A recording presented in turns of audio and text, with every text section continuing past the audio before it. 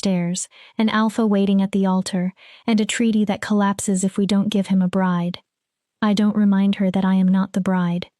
I'm merely the body they found to put inside Celeste's dress until she recovers from the strange illness that struck her this morning. I've learned that pointing out the obvious only makes Mother angrier. The veil should be enough, she says under her breath. Keep it down. Don't speak unless someone speaks directly to you. And for Moon's sake, Pamela, try not to look so. She gestures helplessly at my face. So what? Her mouth tightens. Plain. Plain. I almost laugh. It may be the kindest description she's ever given me. Celeste is sunlight made human. Golden hair, warm brown eyes that flash amber whenever her wolf rises close to the surface. Curves, confidence, grace. Visiting alphas have forgotten their own names while looking at her. I'm the opposite.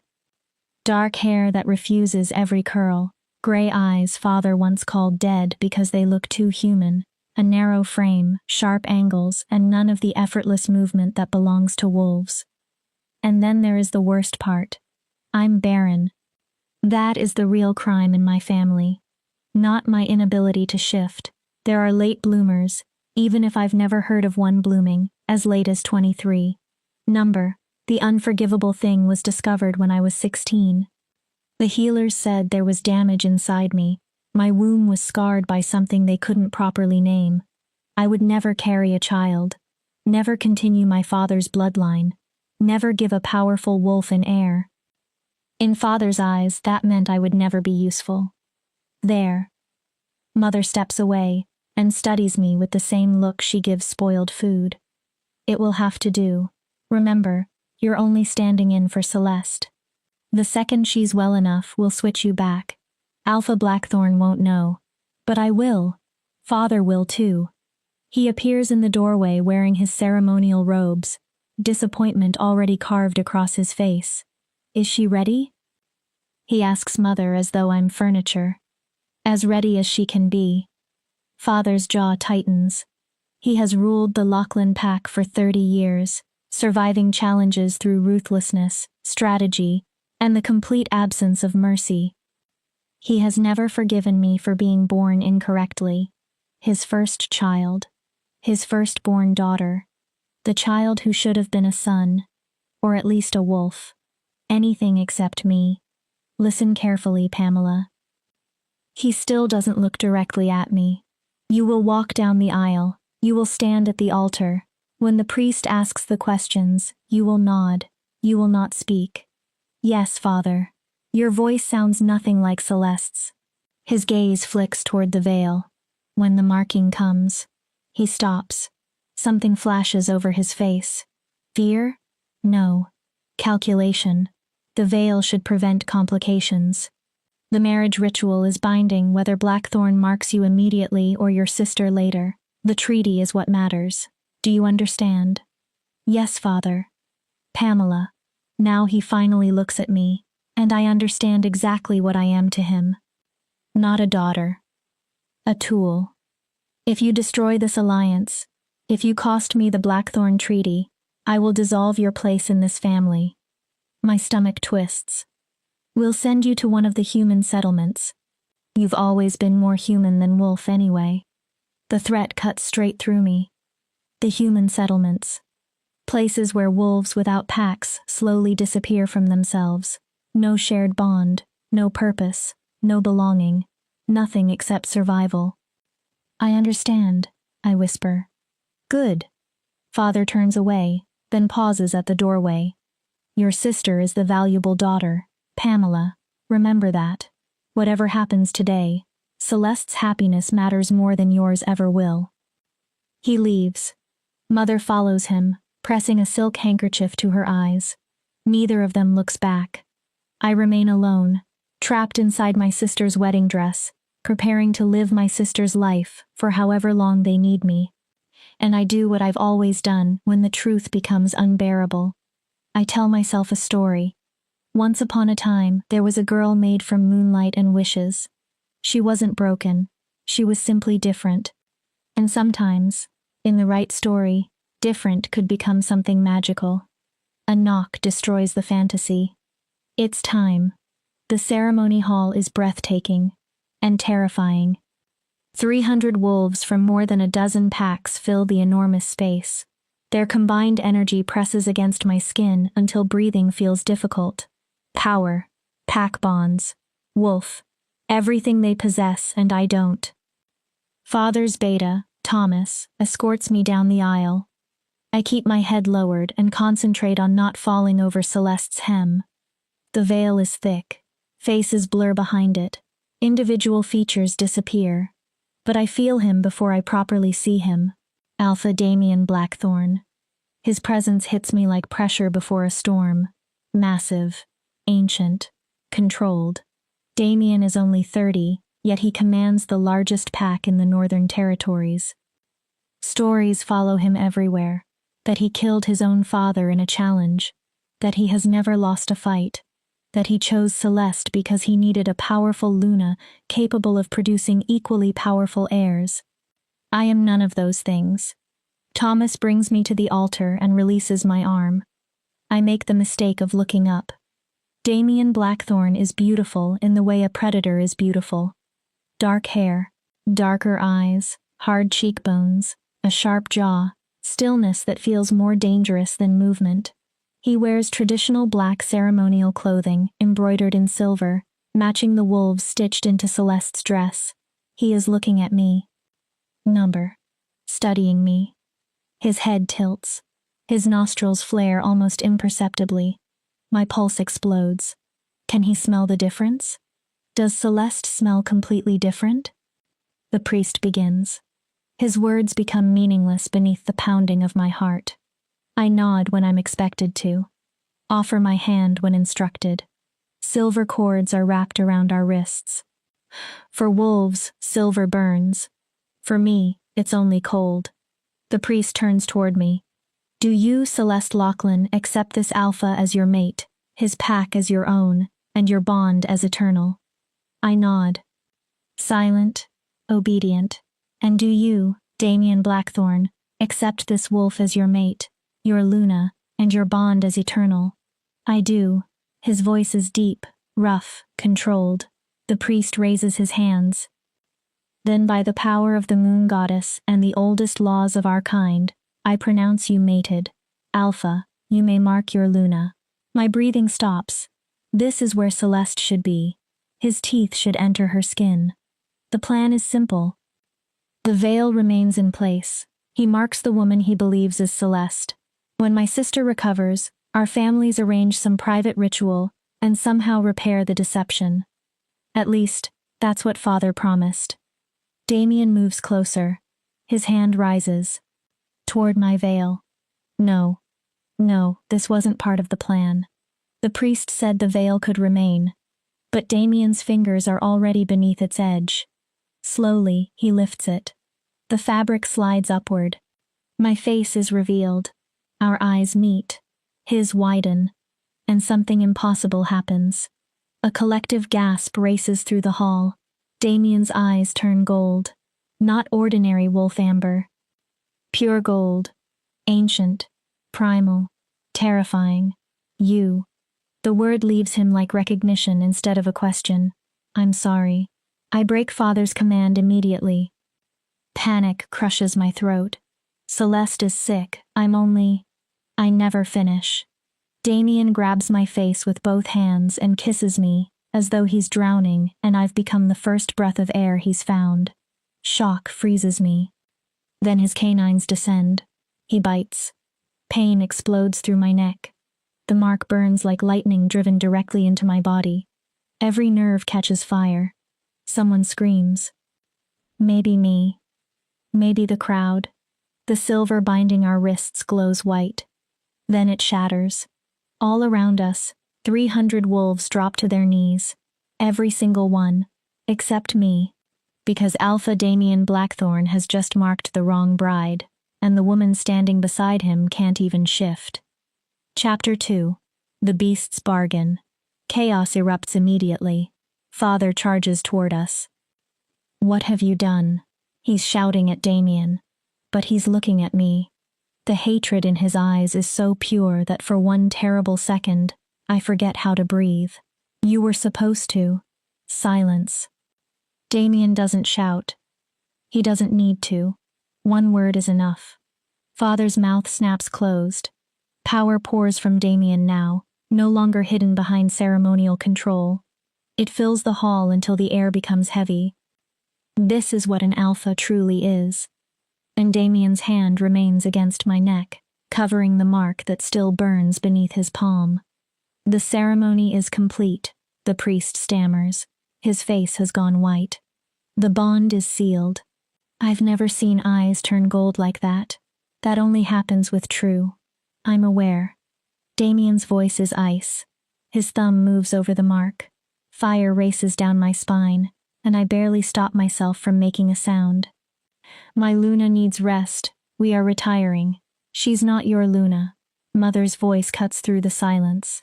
She's defective. She can't shift. She can't bear children. Damien turns. She's mine.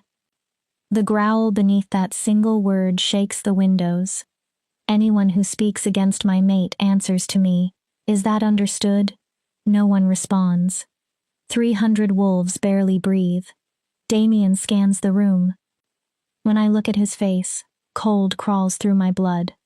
He doesn't look joyful. He doesn't look like a man who has discovered something miraculous. He looks furious, like a trap has closed around him. Like a plan has been destroyed. Like he understands that whatever happened between us has become a catastrophic mistake. Thomas steps forward, head bowed. Damien speaks without looking at him. Escort us to the bridal chamber. Empty the halls. I want everyone gone within 10 minutes. But the reception, now. The crowd disappears. Damien's hand slides from my neck to my elbow. His grip is firm but careful. He doesn't look at me while Thomas guides us through the corridors of the Blackthorn estate. This is Damien's territory, his home, and apparently mine now. I'm expected to live here, to serve here, to somehow become Luna to wolves who just watched their alpha mark the only woman in the territory who cannot transform. The chamber Thomas brings us to is enormous. Dark wood, heavy fabrics, a huge bed, a fireplace, bookshelves covering one wall, tall windows overlooking the forest. It should feel luxurious. Instead, it feels like the most beautiful cage I've ever seen. Thomas closes the door. We are alone. Damien releases me immediately and crosses to the window. His back is rigid. His shoulders are tight. I stand in Celeste's dress with the mark burning beneath my hair. The silence stretches until I can't endure it. I'm sorry. A bitter laugh leaves him. You're sorry. I didn't know this would happen. They said the veil would hide me. You were supposed to mark Celeste later, after she recovered. I was only meant to stand there until... Your family used you as a substitute. He still faces the window. A decoy bride. Efficient. They didn't have a choice. The treaty required a Lachlan daughter.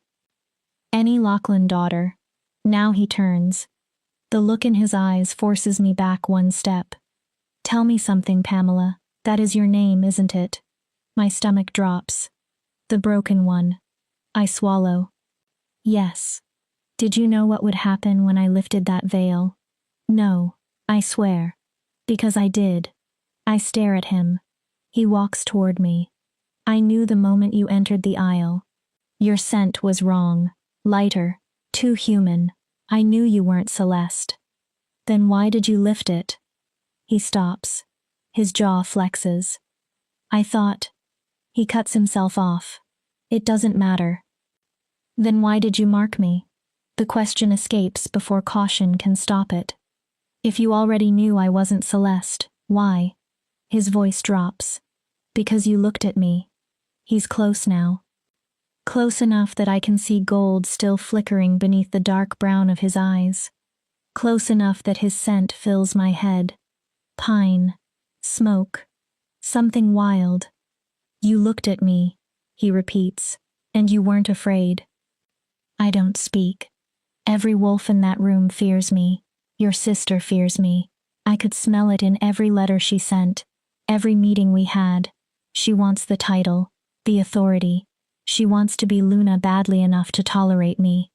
His hand rises.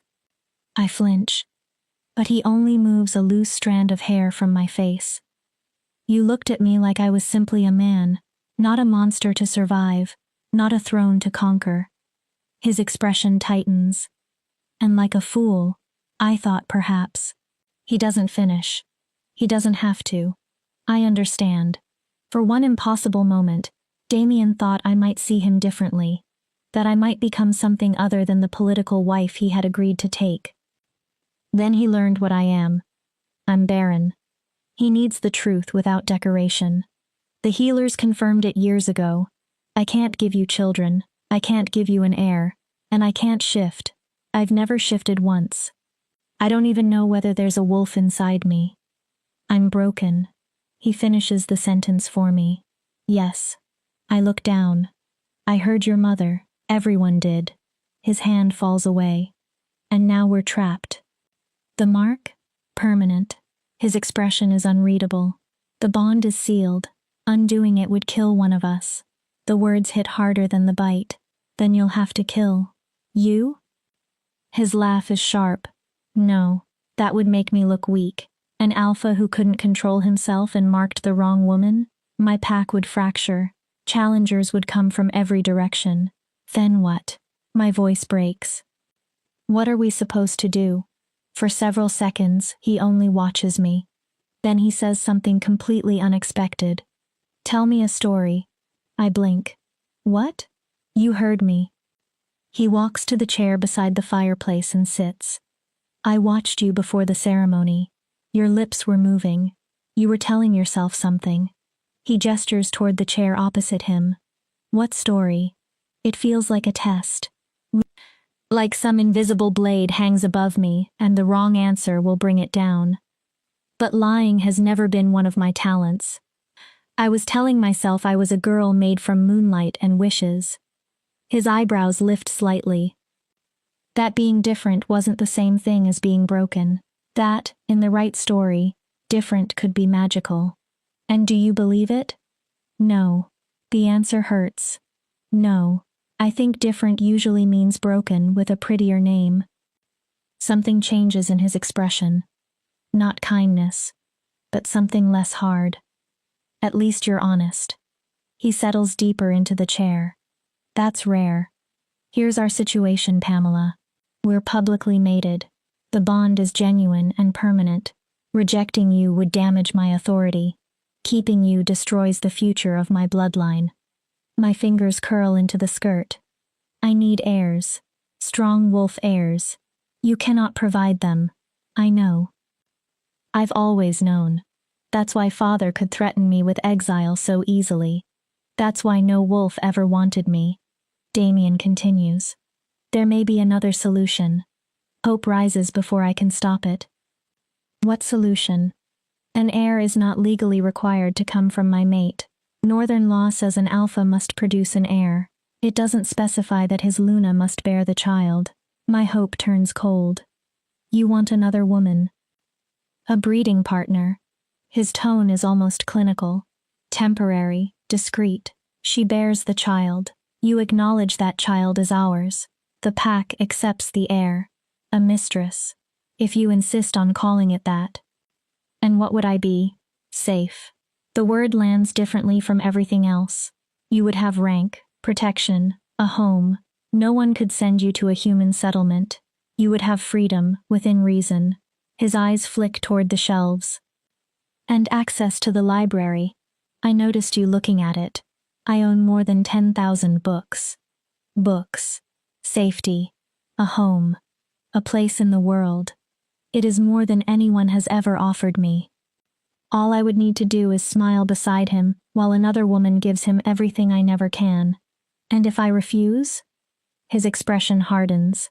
Then, ancient mating law gives me rights over you that override ordinary pack law. Cold moves through me. I could lock you in this room. I could make your life unbearable until you agreed. He pauses. I won't. His gaze doesn't leave mine. But I could. You need to understand your position. His voice lowers.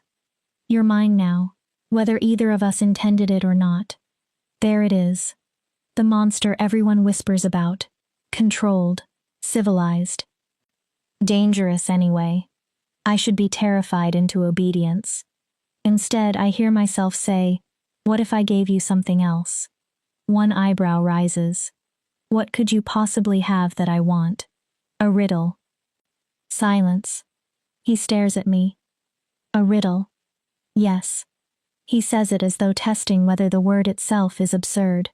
You answer correctly, and I accept your arrangement. The other woman. The heir. Playing Luna. Everything. Interest enters his face. And if I answer incorrectly? Then you give me 1 month.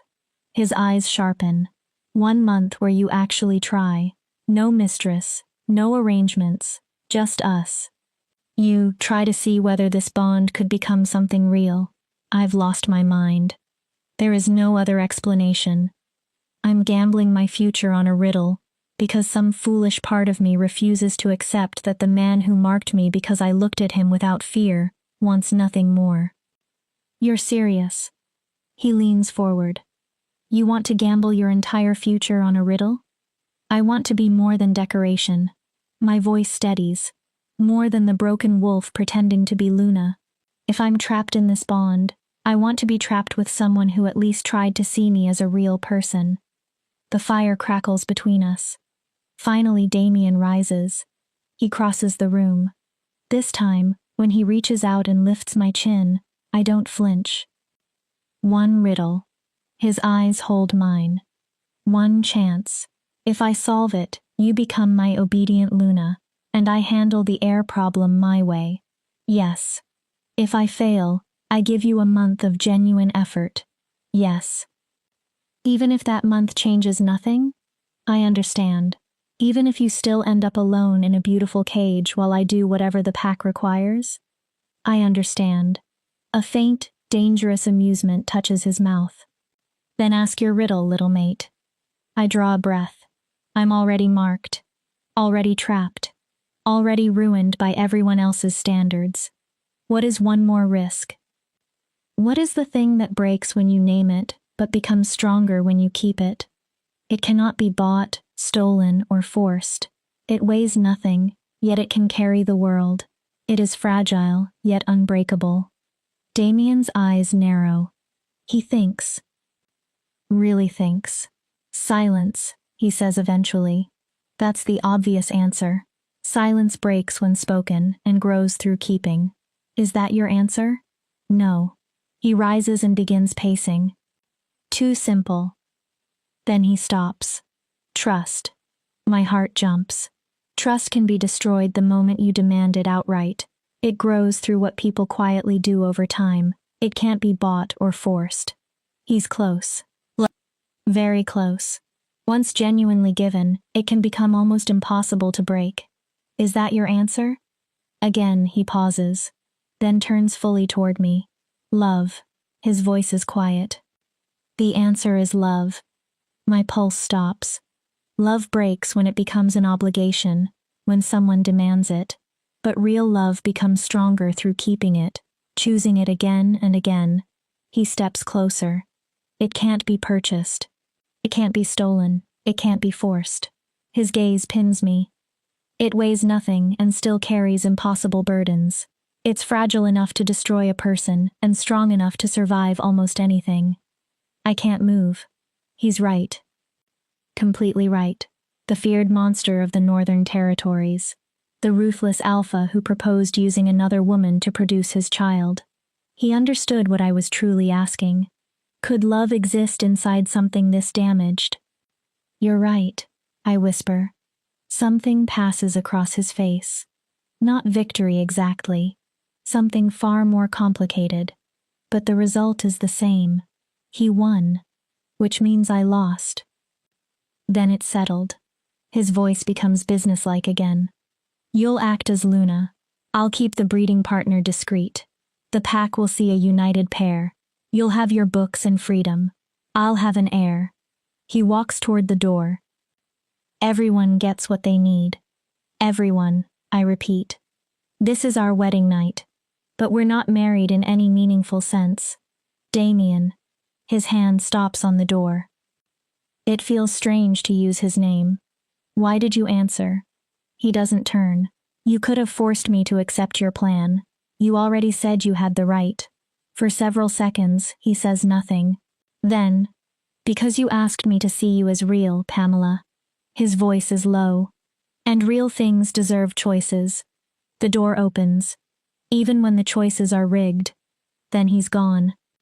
I'm alone in my sister's wedding dress, marked by a man who saw just enough of me to decide I wasn't worth choosing. I sit on the bed. And finally, I cry. The mark still burns. My chest hurts worse. I've gambled everything and lost. But beneath the grief, one stubborn thought refuses to disappear. He understood the riddle. He understood what I was truly asking. That has to mean something, doesn't it? I pull my arms around myself. 1 month. I give myself 1 month. 1 month to prove I'm more than barren, more than broken, more than the mistake everyone believes me to be. 1 month to make Damien forget about mistresses and clinical arrangements. 1 month to show him that this impossible bond might become the one thing neither of us knew we needed. The fire dies slowly. The mark throbs. And I begin planning. Because I've learned something from a lifetime of being unwanted. Broken things always have to fight harder to be kept. Chapter 3. The Nightly Ritual. I don't see Damien for 3 days. Servants deliver elaborate meals I barely touch. They prepare baths where I sit until the water turns cold. They bring clothes designed for a Luna. Silks, soft wool, rich colors. Everything is beautiful. Everything suffocates me. On the 4th morning, an older woman walks into the room. She looks around 50. Silver threads her dark hair. Her eyes carry the weight of someone who has survived too much to bother pretending deference. She doesn't bow. Doesn't lower her gaze. I'm Margaret. She puts a tray on the table. Bread. Cheese. Fruit. Actual food instead of ceremonial meals. I was Luna before Damien's mother. I stare at her. What? Before she died giving birth to Damien. Before his father lost himself to grief. Why are you telling me this? Because you need to understand the family you've just entered. Margaret settles into Damien's chair beside the fire. Blackthorn Pack has effectively been without a proper Luna for 30 years. After his mate died, Damien's father rejected everything the bond had meant. He ruled alone. Her mouth hardens. And cruelly. Damien killed him. Yes. Margaret meets my eyes. But not for power. He killed him as an act of mercy. His father was tearing the pack apart. I don't understand what that has to do with me. Don't you? She studies me. You're barren. You can't shift. By every traditional measure, you're the worst possible Luna for the strongest pack in the north. I look away. And Damien marked you anyway. The mark pulses. It does that whenever someone says his name. Warmth spreads beneath my skin like the bond itself is reaching for a man who doesn't want me. He made a mistake. I swallow. He's already found a way to correct it. Has he? Margaret walks toward the shelves and runs her fingers along the spines. Do you know Damien built this library himself? Built? Not merely paid for it. He designed much of it, collected books for 5 years from wolf territories, human settlements, traders, anywhere he could find them. She turns. Do you know why? I shake my head. His mother loved stories. She used to read and sing to him before he was born. After she died, his father burned every book in the estate. My chest tightens. He said stories were lies, that only strength mattered. So Damien waited until he was powerful enough. Then, after his father died, he rebuilt everything. This library became a monument to the mother he never knew, and to every soft part of himself his father tried to destroy. I look at the shelves differently. Not decoration, memory, defiance. He put you in this room, Margaret says. The only room with direct access to his library, a room no one else uses. This is the bridal chamber. No. I turn. What? The actual bridal chamber is 3 doors away, bigger bed, balcony, more gold than any sane person needs. A sad smile touches her mouth. This is Damien's private study. My heart stumbles. His sanctuary. He needed somewhere to put me. Perhaps. She moves toward the door. But he'll come tonight. How do you know? Because he's been spending 3 days trying to find the courage. Her expression becomes serious. When he comes, don't let him run. I don't know how. Yes, you do. She glances toward the books. You gave a dangerous alpha a riddle about love when you should have been negotiating for survival. You've already shown you can see beyond the monster. She opens the door. The question is whether you're brave enough to keep looking. Then she's gone, and I'm left with 10,000 books, and something even more dangerous. Hope. Damien arrives at midnight. I'm curled beside the fireplace pretending to read. The door opens almost silently. He steps inside wearing none of his formal alpha clothing. Dark trousers, a loose shirt. Bare feet. Without armor, he looks younger, less like a weapon, almost human. You're awake. So are you. Pack work. He remains near the door. Ready to escape. I wanted to make sure you had everything you need. I have food, books, and apparently a room that isn't actually the bridal chamber. His jaw tightens. Margaret. She told me it's your study. Margaret talks too much. Why did you put me here? Because. He stops, then tries again. Because you asked me to see you as real. My breathing stills. Real things deserve beauty. He glances around the room. This has always been the most beautiful place in the estate, at least to me.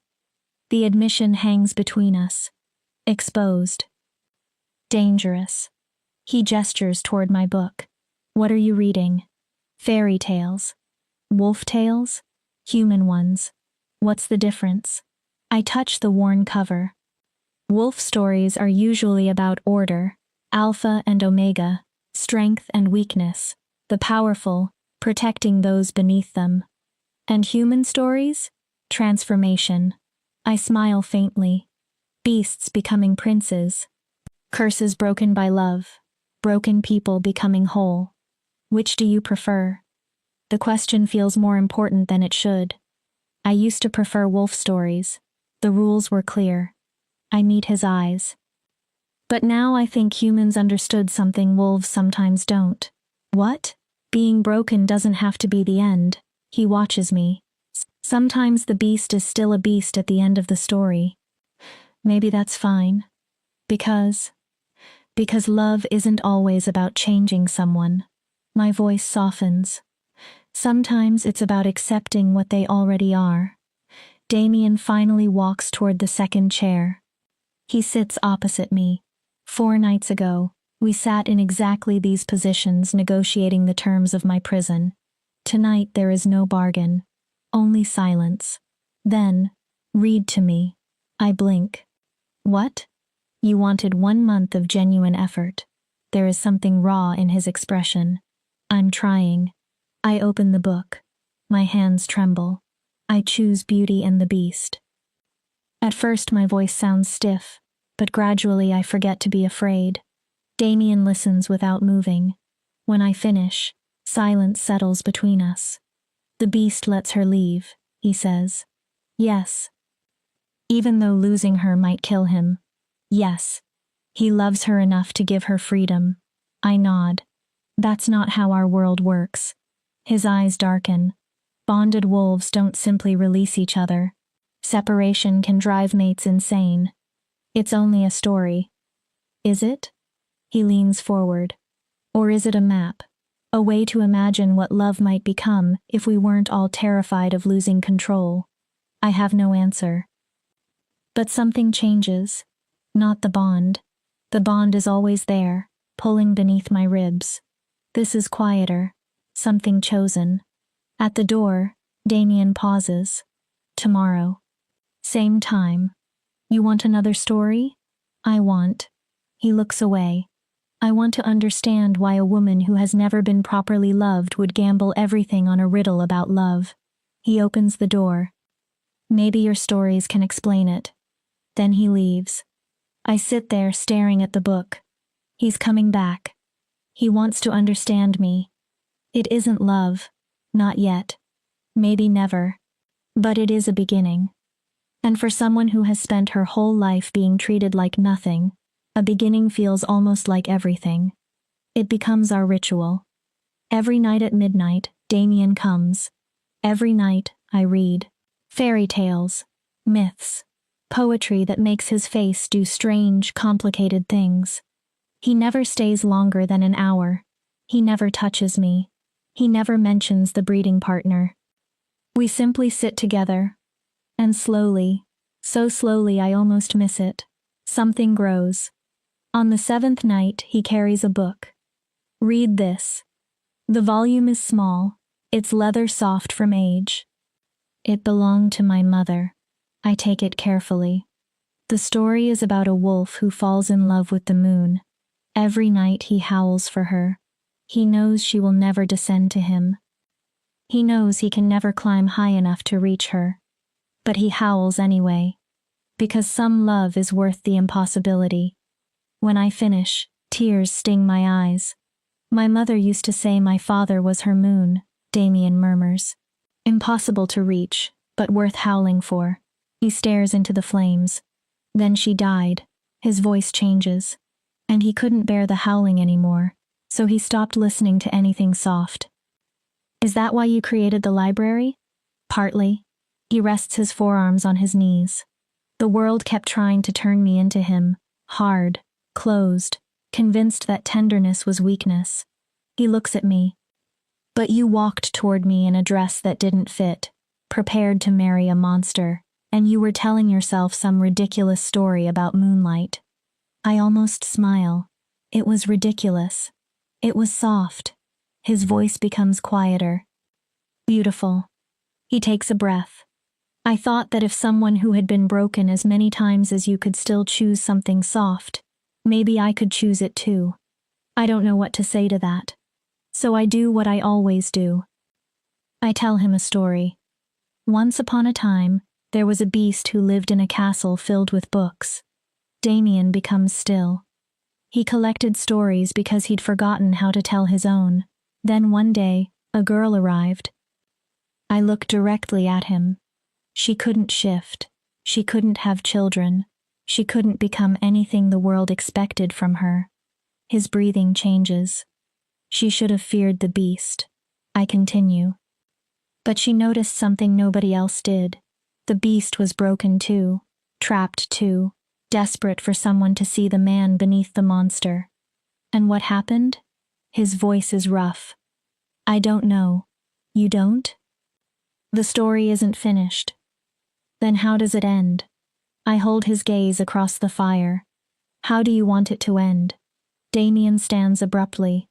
For one terrible second, I think I've destroyed everything. Then he crosses the room.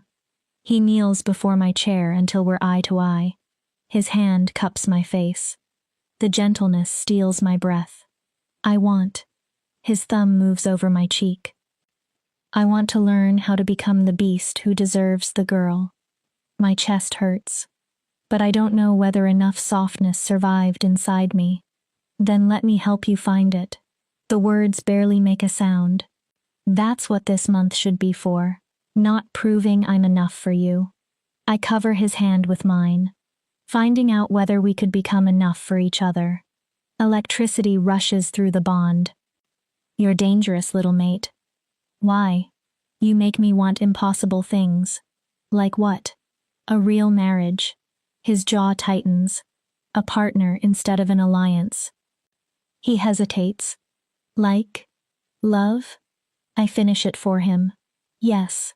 His voice is almost nothing. Love. The kind in your stories. The kind that accepts the beast without demanding he become a prince. Then stop calling it impossible. My fingers close around his. start calling it ours. For a long moment, neither of us moves. Damien kneels. I remain in the chair. Our hands stay tangled. The fire throws our shadows together until they look almost like one creature, instead of two damaged people trying to discover whether their broken edges can fit. Then Damien rises. The absence of his touch aches. Tomorrow night. He walks toward the door. Same time. What story? He looks back. For the first time, I almost see a smile. Surprise me. A pause. You're good at that. He leaves. I let myself feel hope. Real hope. Dangerous hope. The mark on my neck pulses warmly. And for the first time since Damien bit me, it doesn't feel like a brand. It feels almost like a promise. Chapter 4. The Library of Secrets. On the 14th night, everything changes. I'm waiting beside the fireplace with an old book of wolf legends when Damien arrives. Early. And Margaret is with him. She carries a tray holding 2 glasses and a crystal decanter filled with amber liquid.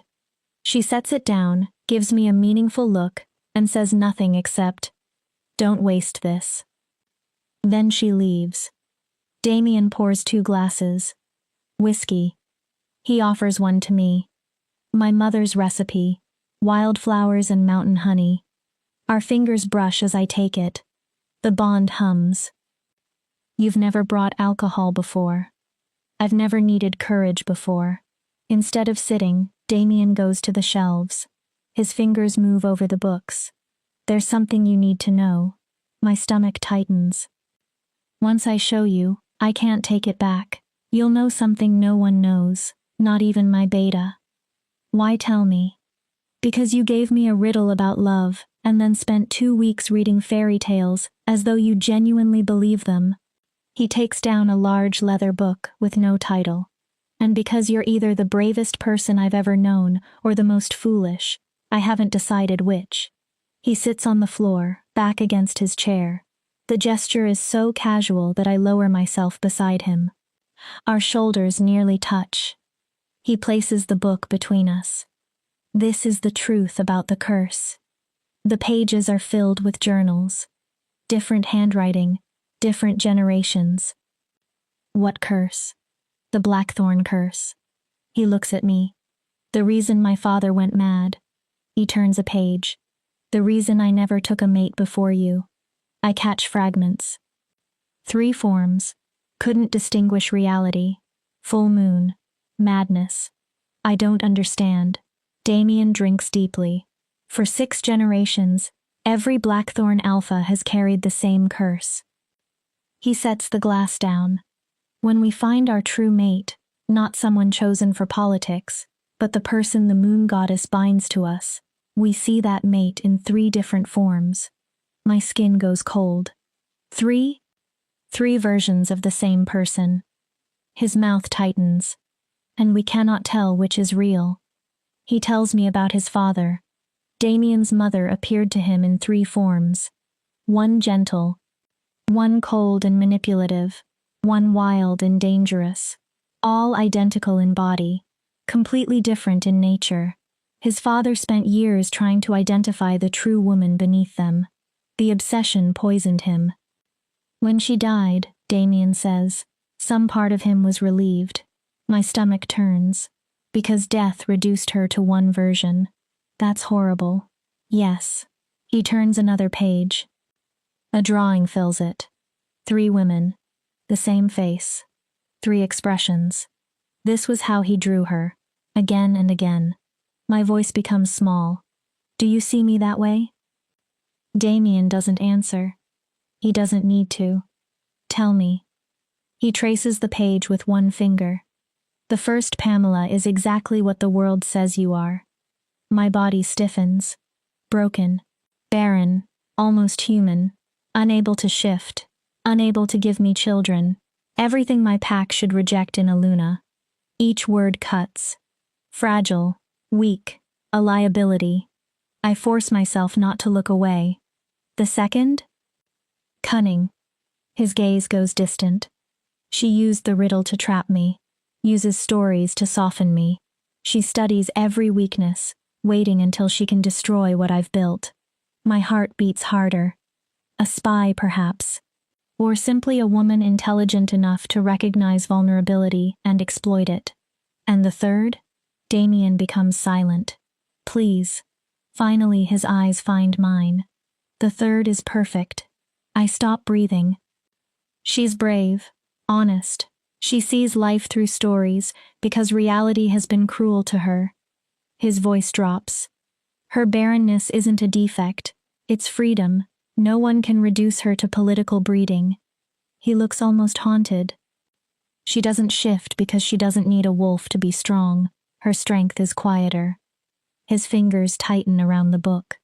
Unbreakable. My eyes burn. She's everything I've been howling for without knowing what I wanted. His expression fractures.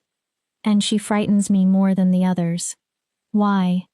Because if she's real and I drive her away. He swallows.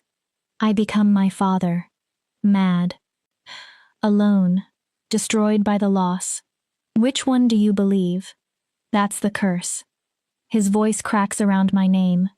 I don't know, Pamela. Every time we sit together, he sees all three. When I read to him, he doesn't know whether I love stories or whether I'm deliberately making him vulnerable. When I touch him, he doesn't know whether it's affection or strategy. When I look at him like he's a man instead of a monster, he can't tell whether it's genuine or simply the best lie anyone has ever told him. What are we supposed to do? I don't know. He closes the book. My father decided the dangerous version was real.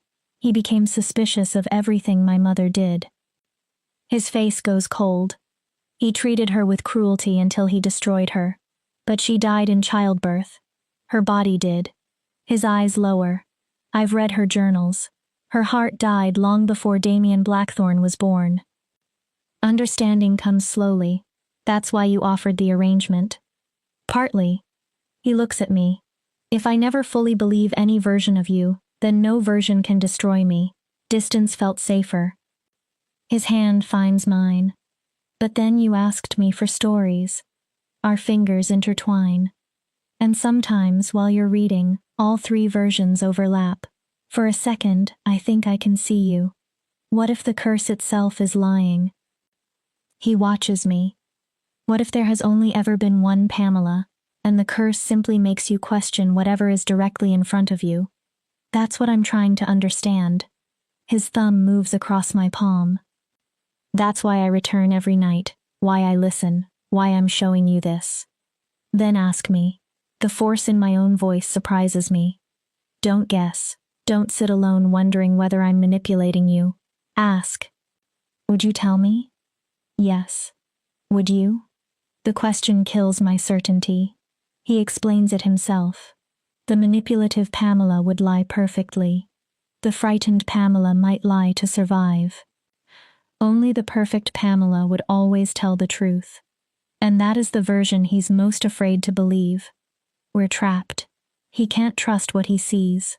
I can't prove myself. The curse has built a wall between us.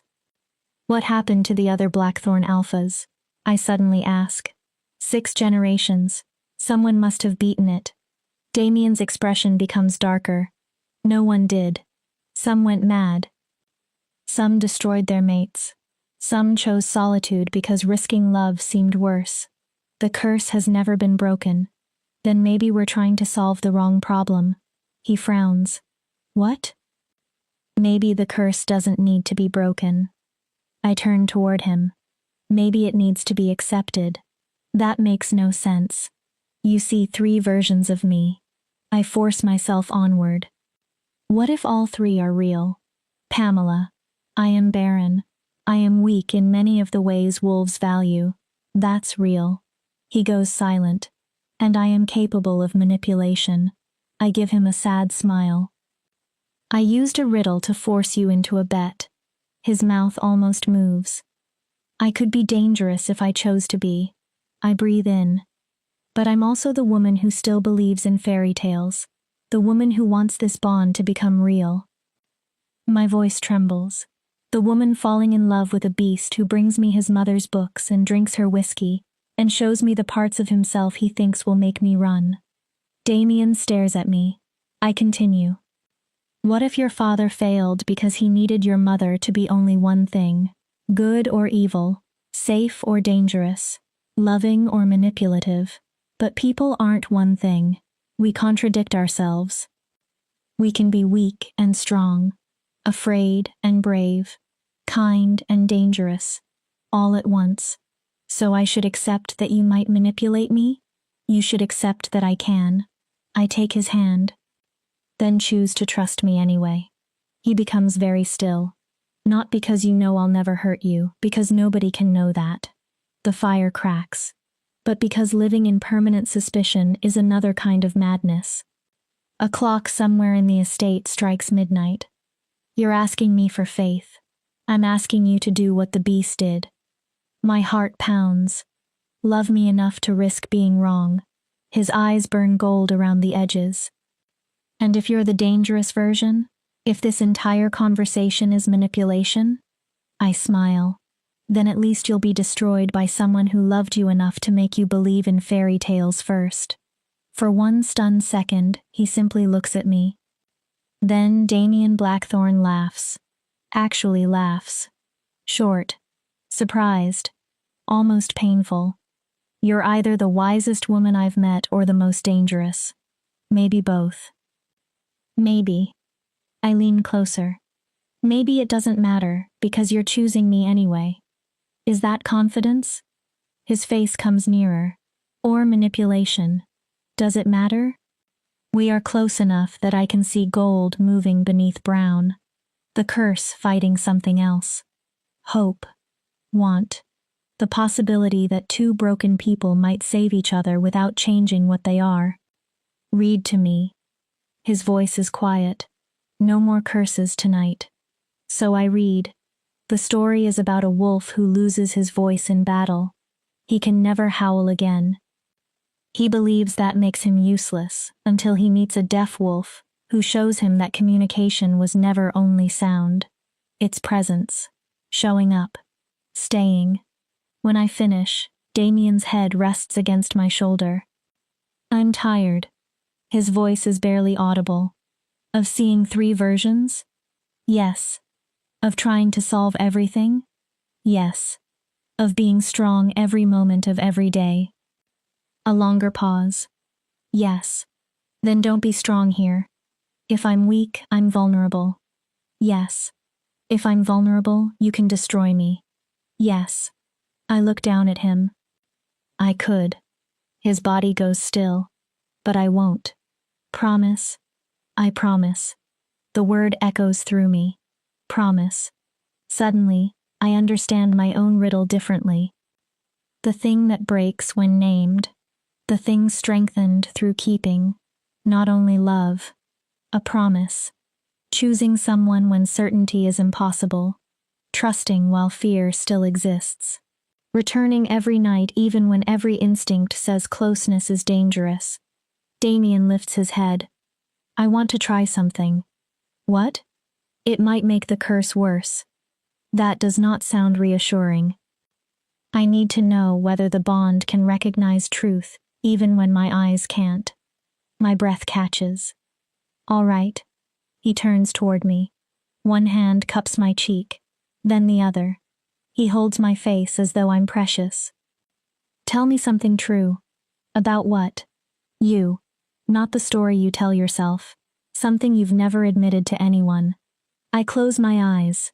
I'm glad Celeste got sick. His fingers tighten slightly.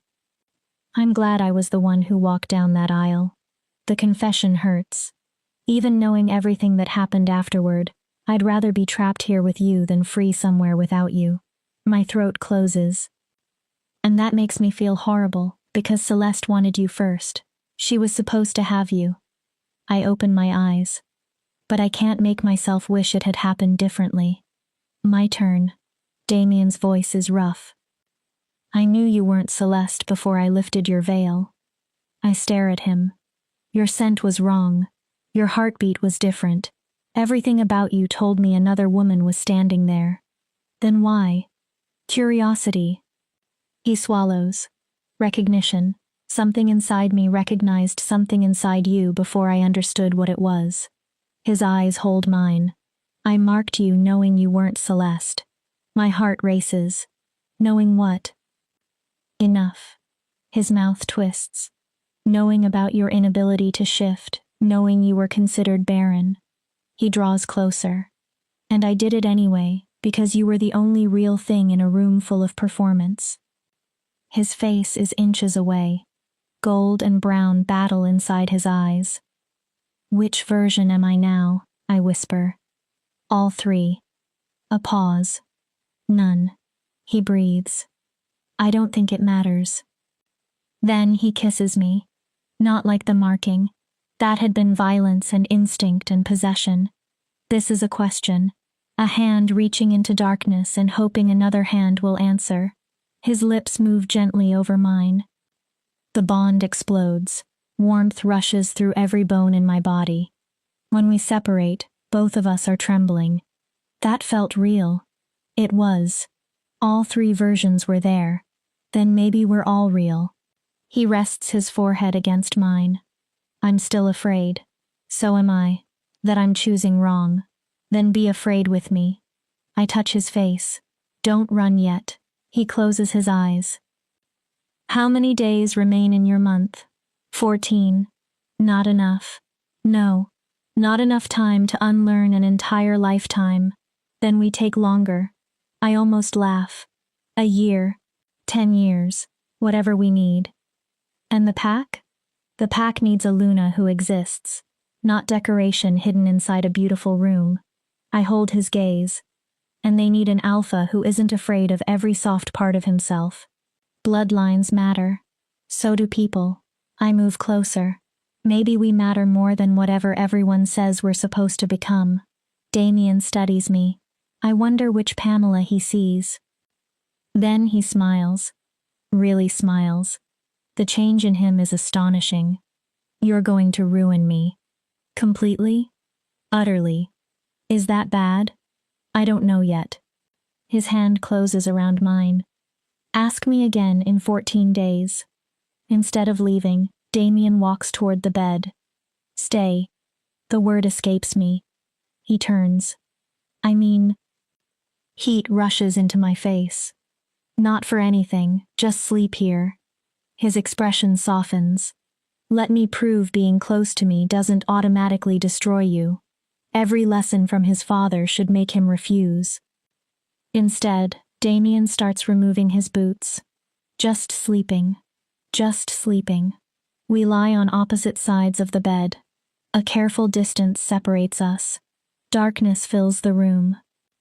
Then his hand moves across the space between us. I meet it halfway. Tell me another story, he murmurs. So I tell him about a beast and a girl. About two broken people learning that being damaged wasn't the end. Only the middle. About a curse created not only by magic, but by the belief that someone could never be worthy of love exactly as they were. Before I reach the ending, Damien falls asleep. His fingers remain intertwined with mine. The bond hums between us. For the first time since the mark burned into my neck, peace feels possible. Maybe this disaster could become beautiful after all. Chapter 5. The Shifting Truth. I wake to sunlight. And an empty bed. Panic hits instantly. Was last night real? The whiskey? The curse? The kiss? Then I see the note. It lies on Damien's pillow. His handwriting is sharp and precise. Pack business. Back by nightfall. The library is yours. All of it. Not only this room. Margaret knows where everything is. Try not to burn the castle down while I'm gone. D. I smile. Then I notice the smaller line beneath it. P.S. You talk in your sleep. You said my name 17 times. I counted. My entire face burns. I fold the note and hide it inside the fairy tale book like a pressed flower. Proof. Margaret arrives with breakfast. One look at me and she knows too much. He left whistling. What? I've worked here 33 years. She pours tea. I've never heard Damien Blackthorne whistle. It was one night. Margaret smiles. With true mates, it's never only one night. She sets down the pot. He told me to show you the rest of the library. The rest? All 12 rooms. I almost dropped my cup. 12? Did you think 10,000 books fit in one study? Her smile becomes wicked. Come. A hidden doorway is concealed behind one of the shelves. Of course there is a hidden doorway. Margaret opens it. Beyond lies a corridor lined from floor to ceiling with books. Rooms branch away from it. Wolf history, human philosophy, ancient languages, poetry, warfare, healing, cooking, art. He built it like a mind, Margaret tells me. Each room holds another part of himself. When Damien's father was alive, Damien used to disappear here for days. The library was his refuge from cruelty. Eventually, Margaret brings me to a room labeled Mothers. Inside are pregnancy guides, collections of lullabies, books of stories mothers tell children.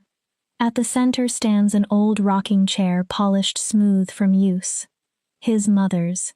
Margaret's voice changes. The only thing his father didn't burn. Why? Because we hid it. She touches the wood gently. Damien found it 20 years later. My throat closes. He sits here sometimes. When he thinks nobody knows. I imagine the most feared alpha in the north sitting alone in this chair, trying to remember the voice of a mother he never heard outside the womb. Why show me this? Because Damien won't. Margaret faces me. He'll show you danger, the curse, violence, everything impossible about loving him. Her gaze softens. He won't show you the lonely boy. I look around. You asked for a month of truth. This is the truth. She gestures toward the hidden library. All 12 rooms, not merely the beautiful ones. I spend the entire day exploring. In the history room, I find records of the Blackthorne curse. 6 generations. Alphas driven mad. Mates destroyed. Some alphas killed themselves. Others killed the women they loved. None found peace. Then, in the poetry room, I discover a journal. Damien's handwriting. Recent. I know I shouldn't read it. Then I see my name. Day 3 since the marking. She hasn't tried to escape. She doesn't beg. She doesn't bargain. She simply sits in my study and reads as though none of this is happening. I see 3 versions. Victim, spy, saint. I can't tell which one is real. I turn the page. Day 7. She asked for stories. Nobody has ever asked anything so simple from me, and nothing has ever felt more dangerous. I told her there would only be an arrangement, but she gave me that ridiculous riddle and I had to answer it. Had to prove I understood what she was really asking. I don't know whether that makes me the fool or her the genius. Another entry. Day 12. She fell asleep while reading tonight. I watched her for an hour. Heat floods my face. When she sleeps, I only see one woman. No performance, no strategy, just a girl who talks about moonlight as though it exists. I want to touch her face. I didn't. I couldn't risk it. Then, day 14. I told her about the curse. I kissed her, slept beside her like we're actually married. I'm doing everything my father warned me against. Getting close. Letting her see weakness. Choosing hope instead of safety. Tomorrow, she'll probably use all of it against me. Tonight, I don't care. I close the journal. My hands are shaking. He's been studying me every day. Trying to understand me. Exactly as I've been trying to understand him. We're both prisoners of the same question. What is real? And what happens if we choose wrong? Damien returns near sunset. I'm waiting with his journal. He sees it instantly. You read that. Not a question. Yes. I hold it tighter. And I think we need to stop solving each other. His expression changes. We're people, Damien, not riddles. He takes the journal from my hands and puts it aside. I counted something today. What? 73 pack members asked me about you. I stare. They asked when they'll meet their Luna, whether the rumors are true, whether you really can't shift, whether you're barren. His mouth hardens. Some asked whether I'm keeping you hidden because I'm ashamed. What did you say? That you're recovering from the marking. He steps closer. But we can't hide forever. Fear curls inside me.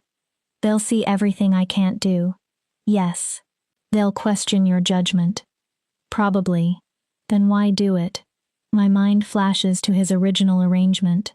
Why not let me remain hidden? Why risk everything? Because we're past that.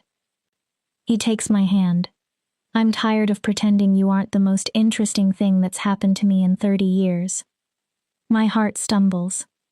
I'm tired of letting a curse decide how I live. His expression becomes serious. I want to present you as my actual Luna. I stop breathing. Not decoration, not a political solution. His hand tightens around mine. The woman I'm choosing. You're choosing me? I'm trying. He almost smiles. I still see 3 versions. I'm still terrified I'm wrong. He pulls me closer. But I'm choosing to believe that perhaps all 3 are real. His voice drops. And perhaps I can love all of them. The word love enters the room like fire. But I need you to choose too. What? Not only me. He looks toward the hidden doorway. Pack life. Duties. Ceremonies. Wolves studying every movement you make. His gaze returns. Can you stand beside me knowing they'll judge you? I imagine it.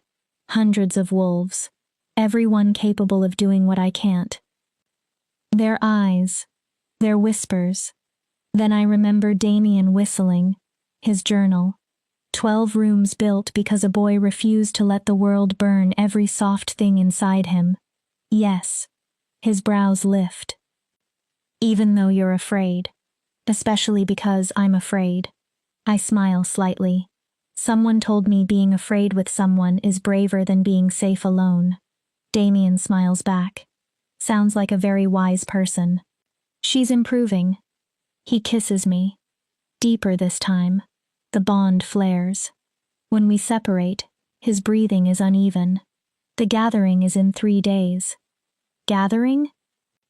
Full moon. Every blackthorn wolf will attend. His face becomes serious. They'll all shift. My stomach sinks. And I'll be the only human. Yes. They'll think I'm weak. Let them. Something fierce enters his face. You're truly going to stand beside me exactly as you are? No apologies. His gaze sharpens. Is that the brave Pamela or the manipulative one? I don't know anymore. A pause. Maybe it doesn't matter. Maybe not. The next 3 days blur together.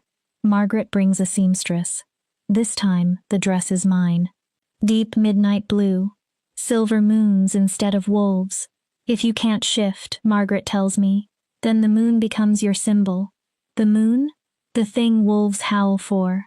She adjusts my collar. The thing they need and can never possess. Damien teaches me protocol.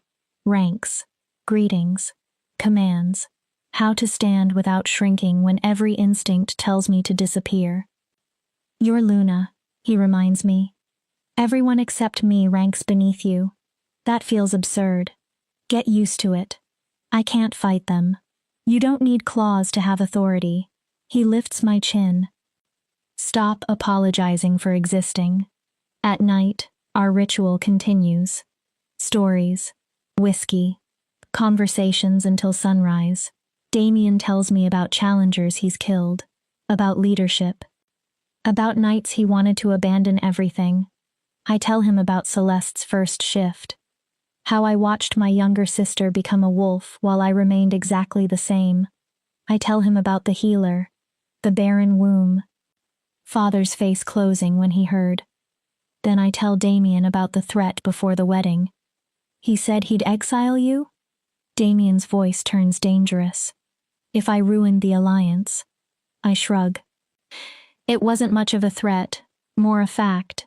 I'm not very useful among wolves. You're not leaving. His grip tightens around my hand. You're mine now. I look at him. My mate. My Luna. My responsibility. His eyes flash. Your father has no authority over you anymore. Possessiveness should feel like another cage. Instead, for the first time in my life, it feels like someone standing between me and the people who have always considered me disposable. The night before the gathering, Damien comes at dinner instead of midnight. He's formally dressed. Come with me. He leads me through all 12 library rooms. Beyond them is another door. Silver locks cover it, the kind designed to burn wolves who touch them without permission. This was my father's room. Damien's voice becomes quiet. I have never brought anyone inside. Why now? Because if you're going to become my Luna completely, you need to see everything. He unlocks it. The room beyond is a nightmare. Hundreds, perhaps thousands of drawings cover the walls. The same woman. Damien's mother. 3 versions. Kind, cruel, wild. Again and again, like his father tried to draw his way towards certainty. Then I see the writing. Dark ink scrawled over walls. Accusations. Theories. Paranoid fragments. She's poisoning me.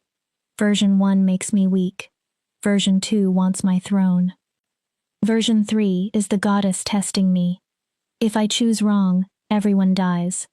The words spiral until they barely resemble language. He lived here during his final year. Damien's voice sounds hollow. He stopped eating, stopped sleeping. I can't look away. He drew her endlessly, trying to solve something that couldn't be solved. His hands clench. When I killed him, there was almost nothing left. Just a ghost haunted by 3 women who were all the same woman. He looks at the walls. This is what scares me. Damien, this is my inheritance, Pamela. He turns toward me. Every night I spend with you. Every moment I start believing in you. Fear is naked in his eyes. I wonder whether I'm walking closer to this room. I take his hand. Then don't walk alone. He stares at me. That's what destroyed him. I step closer. Not only the curse, the isolation. My fingers close around his. He locked himself away because alphas aren't supposed to admit fear. Damien's throat works. But you aren't alone. What if that isn't enough? Then go mad with me holding your hand. A startled sound leaves him. I'm serious. I squeeze his fingers. Go mad with midnight stories. Whiskey. A woman who apparently says your name 17 times while sleeping. His mouth twitches. But don't become him by locking yourself inside a room and believing certainty is possible. I look around. Maybe that's the real curse. What? Believing you have to choose only one version.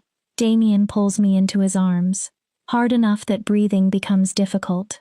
You're unlike anyone I've ever met. Is that the flattering version talking? Both. His voice vibrates against my hair. Always both.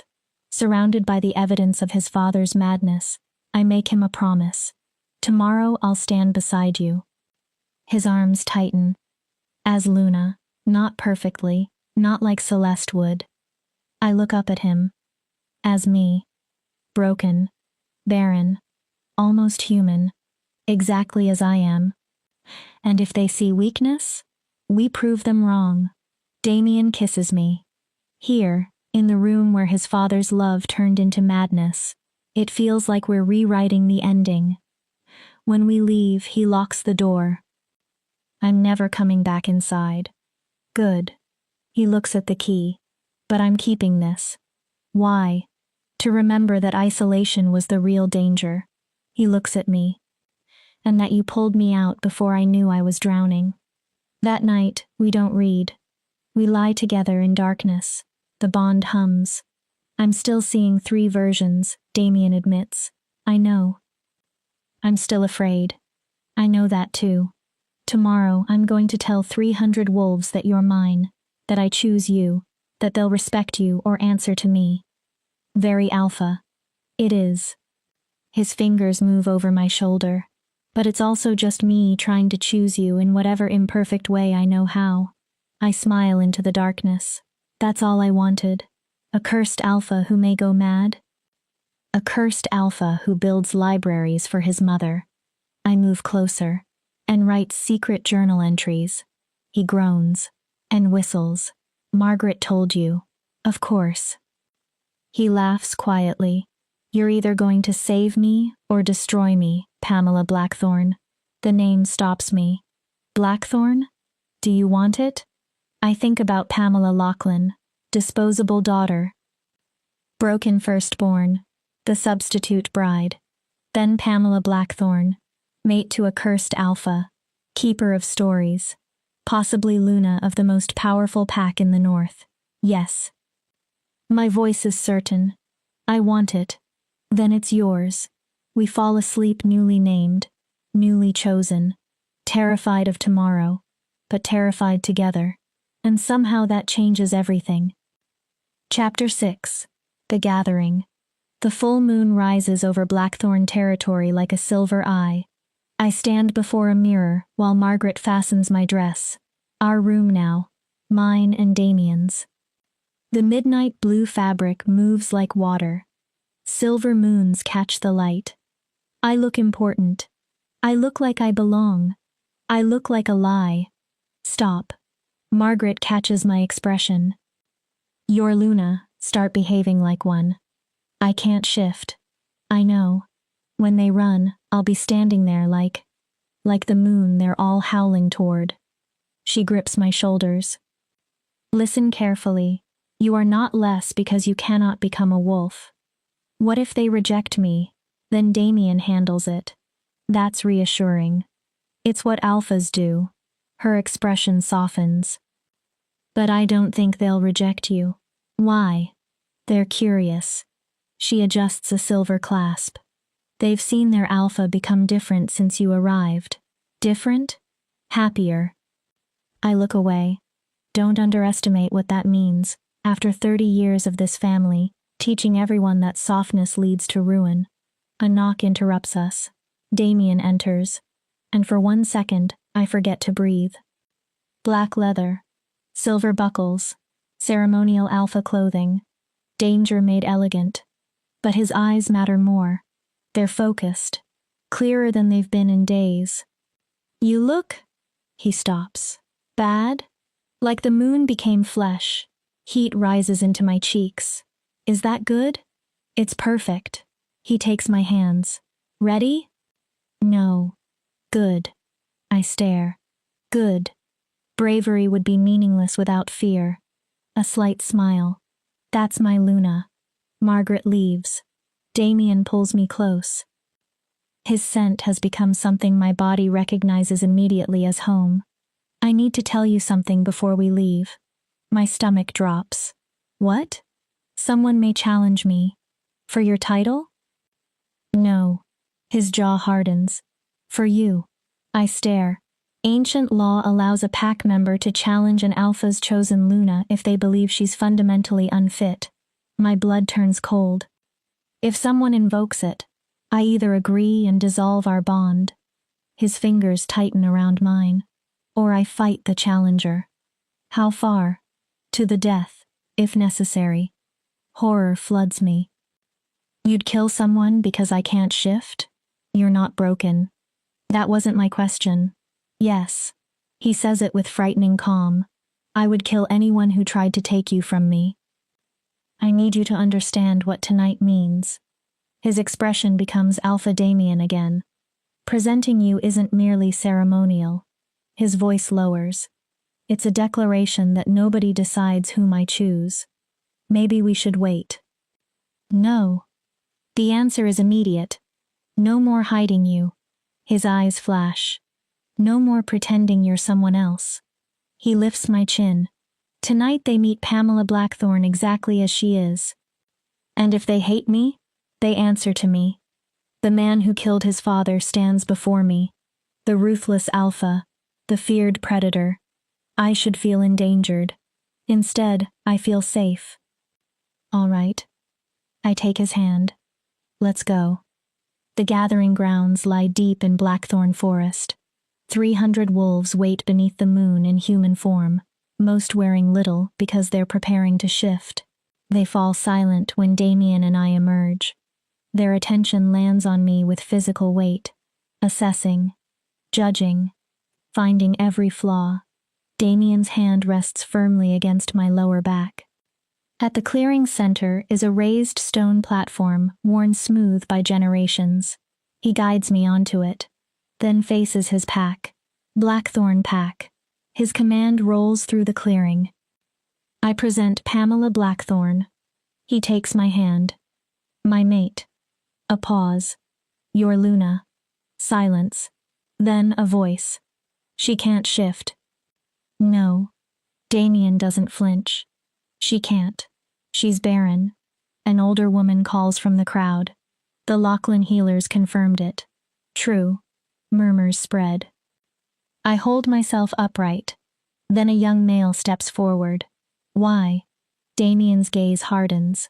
The male continues anyway. Why would you mark someone who can't hunt, can't fight, can't give us heirs? Careful, Thomas.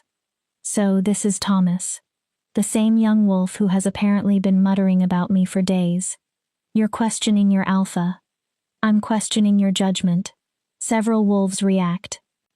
Thomas doesn't retreat. We deserve a Luna capable of leading us. Our enemies will see a human beside you and think Blackthorn is weak. A few wolves nod. My heart pounds. This is the challenge. Before Damien responds, another voice cuts across the clearing. And what exactly do you believe a Luna is? Margaret steps forward. The crowd parts. Even former Lunas keep authority. A womb. Her voice sharpens. A fighter. Thomas turns toward her. We need heirs. You need to remember history. Margaret's words crack like a whip. Damien's father had a Luna who shifted beautifully. She gave him a strong son. Her eyes sweep over the pack. And he nearly destroyed every one of you. The crowd becomes uncomfortable. They remember. Why? Margaret asks. Because he believed strength meant bloodline, violence, certainty. She points toward me. Pamela can't give you heirs. She cannot hunt as a wolf. My stomach tightens. But I've watched her. Margaret's tone changes. She sees your alpha as a man instead of a weapon. A few wolves glance at Damien. She pulled him out of the isolation he's lived inside since taking this pack. Then Margaret smiles. She made him whistle. Laughter ripples through the clearing. Damien looks murderous. I bite my lip. When did any of you last hear your alpha whistle? More wolves smile. So yes, Margaret continues. Pamela is different. She isn't the Luna we expected. Her eyes become fierce. Maybe she's the Luna we need. Silence returns. Then Damien takes over. I killed my father because he taught me that softness was weakness. His hand finds mine. That love made leaders vulnerable. He looks directly at Thomas. Pamela has shown me another form of strength. The bond pulses. Choosing what is unexpected. He scans his pack, accepting what is different. His voice becomes quieter, perhaps even loving it. He steps forward. You want to challenge my decision, Thomas. Thomas goes pale. Then challenge it properly. Damien's eyes burn. You and me, shifted combat. The entire clearing stills. To the death. Winner decides whether Pamela stays. Thomas says nothing. He's strong, young, not suicidal. Damien's mouth curls. I thought not. He looks around. Anyone else? No one moves. Then Damien's voice becomes pure command. Kneel. One heartbeat passes. 2. Margaret kneels first. One by one, others follow. Some instantly, others reluctantly.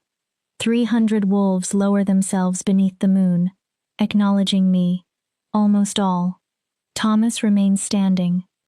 His jaw is locked. Thomas. Damien's voice becomes deadly. Kneel. or leave Blackthorn territory. A pause. 5 seconds. Thomas's fists close. For one terrifying moment, I think he will challenge. Then his knees bend. Slowly. Every inch of surrender seems to hurt. When he finally kneels, Damien speaks. The Luna accepts your acknowledgement. He turns to the others. Rise. Then the shifting begins. Bodies transform everywhere. Bones alter. Skin becomes fur. Human voices vanish into growls and breath. Within moments, 300 wolves surround me. Gray, brown, black, red, large, deadly, and I remain at the center in human form. Damien shifts last. His wolf is enormous, pure black, gold-eyed, nearly twice the size of those nearest him. Power radiates from him. He circles me once. I understand. This is another test. He's showing them I'm not afraid of what they are. I extend my hand. Slowly, my palm rests against his head. His fur is unexpectedly soft, warm, alive. The bond surges stronger through his wolf. Beautiful. I don't know whether he understands the word, but he leans into my hand. Just for a moment. Then he pulls away. His head rises. Damien howls. The sound travels through my bones. 300 wolves answer. Their voices fill the forest. They howl toward the moon, and I stand among them. Human, small, different. Yet somehow, for the first time in my life, exactly where I should be. Then they run. A river of fur and moonlight moves around me. Damien leads. Damien leads. Margaret's wolf runs at his side. They circle once, twice. Then, on the third pass, Damien breaks away. He runs directly at me. Instinct tells me to move. I refuse. He stops inches away. Gold eyes lock onto mine. I see a question. Trust me. I nod. Damien lowers himself. I stare. You cannot be serious. A bark sounds nearby. Margaret, laughing at me even as a wolf. I gather my dress and climb awkwardly onto Damien's back. The instant I'm secure, he rises. Then he runs. The world disappears. Trees become streaks of silver and green. The ground flies beneath us. The pack surrounds us. Howls mix with hundreds of paws striking earth. I should be terrified. Instead, I laugh. I throw my head back into the wind. For the first time, I understand freedom. Not becoming a wolf. Belonging beside them anyway. Damien runs faster. His joy crashes through the bond. He's showing off. Showing everyone that his mate can run with the pack even without shifting. That I can trust. Hold on. Belong. We race. Until the moon reaches its highest point. By the time we return, the pack feels different. United. And somehow I can sense it. Not only my bond with Damien. Something wider. The invisible threads connecting Alpha to pack. The wolves shift back. People begin laughing. Damien transforms last. Which means one moment I'm sitting on a giant black wolf. The next I'm sitting on a naked alpha. I jump off so fast the entire pack erupts in laughter. Damien grins. Actually grins. Forgot to warn you. You're horrible. He pulls me against him without showing the smallest concern about his nakedness or our audience. Did you feel it? His voice is for me alone. The pack bond? I nod. Somehow, impossibly, I did. I felt curiosity, acceptance, lingering doubt, but beneath all of it, belonging. You're truly Luna now, Damien whispers. They accepted you. Not everyone. I look toward Thomas. He stands away from the others, still angry. No. Damien follows my gaze. Not everyone. He pulls me closer. But enough. The celebration continues until dawn. Food, whiskey, drums made from hollow logs, ancient songs. I sit beside Damien on the raised platform while the pack celebrates. Margaret appears with 2 cups. Moonflower whiskey. She hands them over. You did well.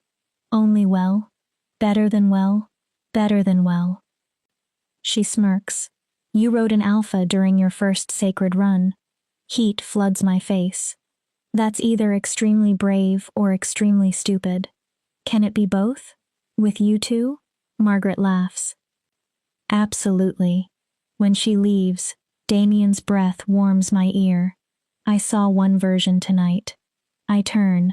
What? Only one. He looks at me. You. My heart stops. Which one? He considers. Does it matter? I look at the pack celebrating below us. No. For this one moment, I allow myself to believe we've won. That the curse is weakening. That the pack has accepted me. That nothing can destroy what we're building. I should know better. Across the clearing, Thomas watches us. His expression is cold. Calculating. Then he turns and disappears into the trees. Dread curls inside me. Something is coming. Something that will test whether the wolves kneeling tonight truly accepted me, or only obeyed their alpha. But tonight Damien's arm is around me. Tonight the pack calls me Luna. Tomorrow can wait. Chapter 7. The Broken Bargain. 3 days later, shouting wakes me. Not training. Not the ordinary noise of pack life. This is urgent. Angry. Damien is already dressing. Stay here. I reach for my robe. What happened? I don't know. He listens toward the hallway. It sounds like the main hall. I'm coming. No. His face tightens. Pamela, please stay here until I understand what we're dealing with. I'm Luna. And if there's danger, I need to know you're safe so I can think clearly. He crosses back and kisses my forehead. Please. That word defeats me. I nod. Damien leaves.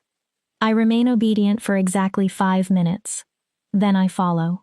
At least 50 wolves have gathered in the main hall. At the center, Damien faces 3 strangers. 2 men.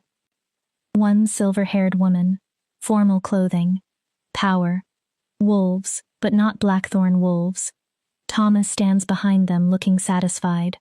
An unprecedented violation of protocol, one man says. You marked a woman without proper verification, without ensuring she satisfied the requirements of a Luna. Damien's voice becomes dangerously quiet. You're standing in my territory speaking about my mate. His eyes harden. Choose your words carefully. We are not here to challenge you personally, Alpha Blackthorn. The woman speaks smoothly.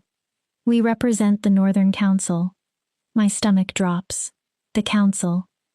The governing authority that settles disputes between packs and enforces ancient law. Even Alphas answer to it. We receive disturbing reports regarding your mating. What reports? Damien already knows. He's looking at Thomas. That your mate cannot shift. The second man opens a scroll. That she's barren. That she was marked accidentally during a ceremony intended for another woman. He continues. We possess signed testimony from Alpha Lachlan. My father. He states Pamela was only standing in for Celeste, and that your marking was an unfortunate mistake. Damien's face becomes stone. The marking was not an accident. The councilwoman raises an eyebrow. I knew who I was marking. Perhaps. She looks toward me. But the law remains.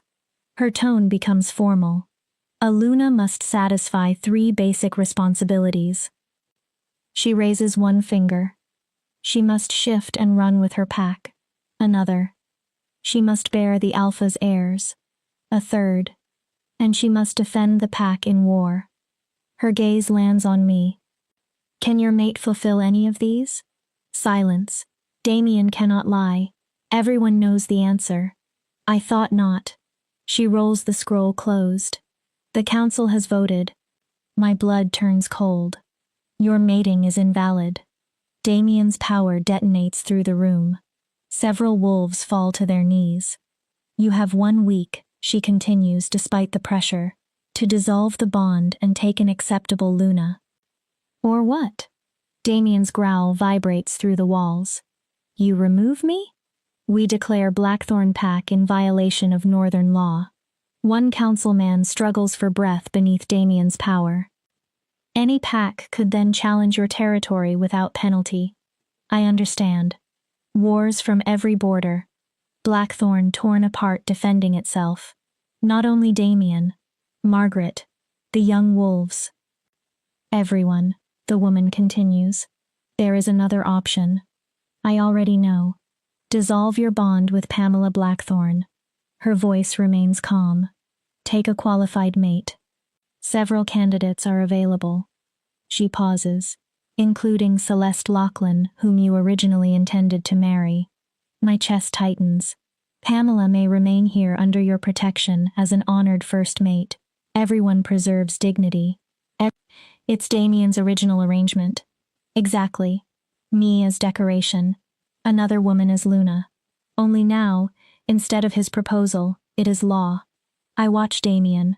I see the calculation. 300 lives. 3 weeks with me. Books. Whiskey. Stories. Love. How much am I worth against an entire pack? How long? Damien asks. My heart breaks. He isn't rejecting them. He isn't threatening war. He's negotiating. 7 days. The woman turns. Will return for your answer. Her gaze hardens. Choose wisely, Alpha Blackthorn. Some sacrifices preserve more than they destroy. The council leaves. Thomas follows. Damien doesn't look at me. The pack slowly disperses, whispering. Damien. He flinches. Finally turns. The pain in his eyes almost makes me forgive him. Almost. Which version do you see now? His expression collapses. Pamela. The manipulative woman who trapped you? My voice becomes bitter. The broken one who's destroying your pack? I step closer. Or the perfect one you're about to sacrifice. Don't do this. Do what? Ask you to choose one woman over 300 lives? I laugh. It sounds terrible. I'm not asking you to do that. Then what are you asking? At least look like this is difficult. My voice rises. Instead of standing there calculating, like you're relieved the council finally gave you permission to do what you wanted on our wedding night. That's not fair. Fair? Something inside me breaks. My father just signed documents calling me defective. Pack members still nearby are listening. I don't care. He testified against his own daughter. My eyes burn. And you're standing there deciding whether I'm worth fighting for. I wipe tears away angrily. So no, Damien, none of this is fair. Let them talk. He steps toward me. I need time. For what? To find another answer. There isn't one. I pull the Luna ring from my finger. Silver. Tiny moons carved into it. The ring Damien gave me 3 days ago. I place it on the table. You have your week. His face changes. I'm making your decision easier. Pamela. I'm leaving. Panic appears in his eyes. You can't. Can't what? I stare at him. Leave the mate who's considering dissolving our bond? That's not what I'm doing. Stay here while you court my sister? Pamela. Smile graciously while Celeste becomes everything I wasn't. My voice breaks. No. I turn away. I will not spend 7 days waiting to learn whether I'm worth keeping. Where will you go? Does it matter? At the door I stop. For what it's worth, I understand. He looks devastated. You're alpha first. Your pack comes before one person. It probably should. Tears blur the room. I just wish. What? I wish you'd seen one version of me long enough to believe in her. I open the door. Long enough to fight, even if we lost. Pamela, wait. But I don't. I walk away. Margaret catches me packing. Where are you going? Somewhere I don't have to watch him choose everyone else. He hasn't chosen anything. He asked for time. I throw clothes into a bag. Not war, not defiance, time.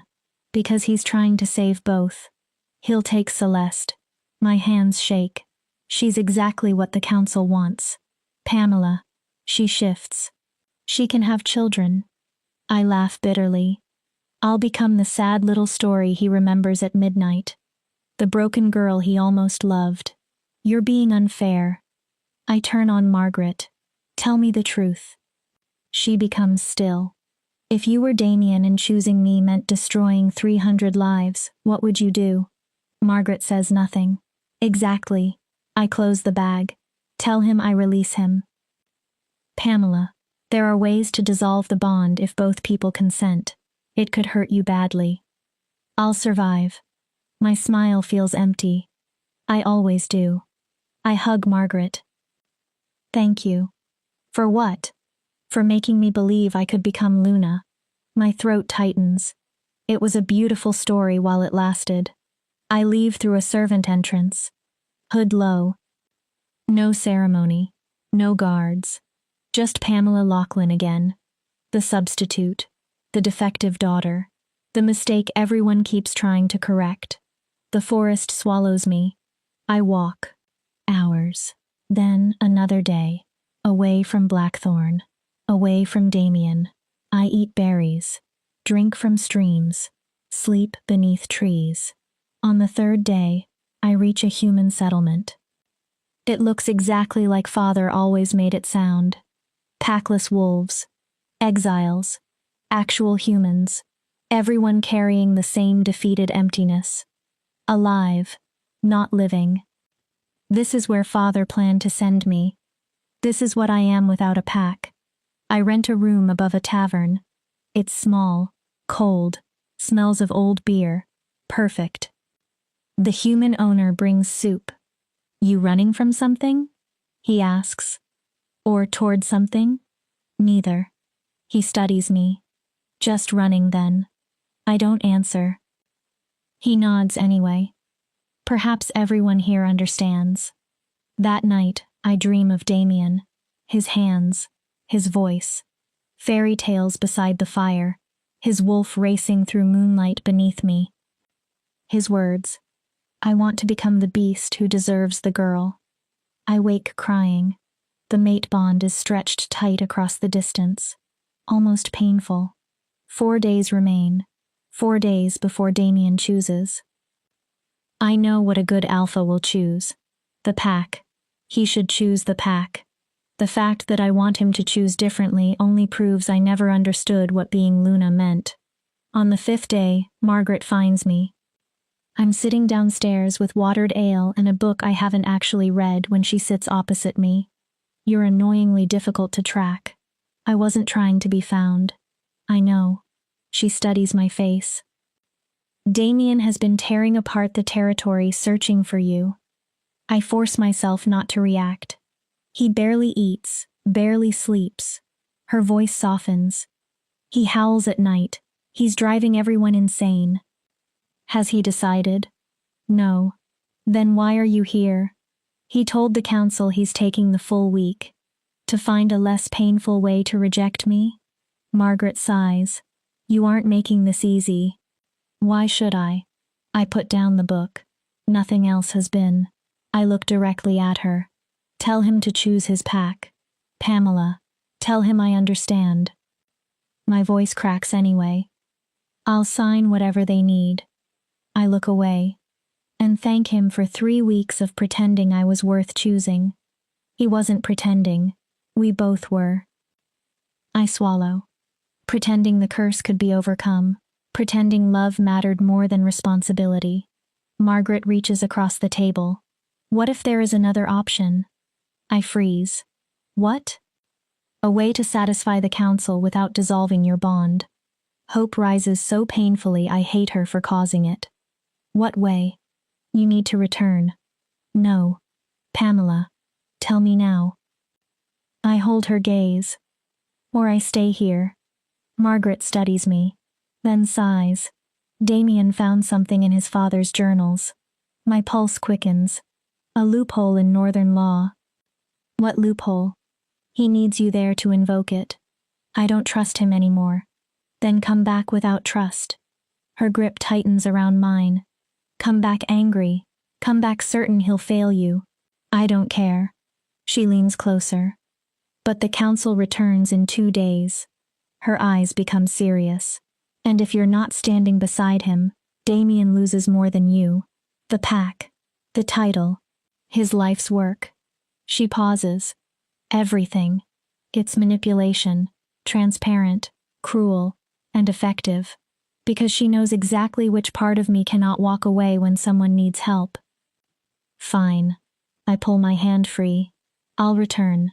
Margaret exhales. I'll do whatever he needs for the council. I look away. After that, I'm done. No more stories? No. Fairy tales? No. Impossible things? Especially those. We leave at dawn. With every step toward Blackthorn territory, the bond becomes stronger. Tighter. Pulling. Like it's trying to drag me home. Or like it never accepted that I'd left. Chapter 8. The Promise. The castle is preparing for war when we arrive.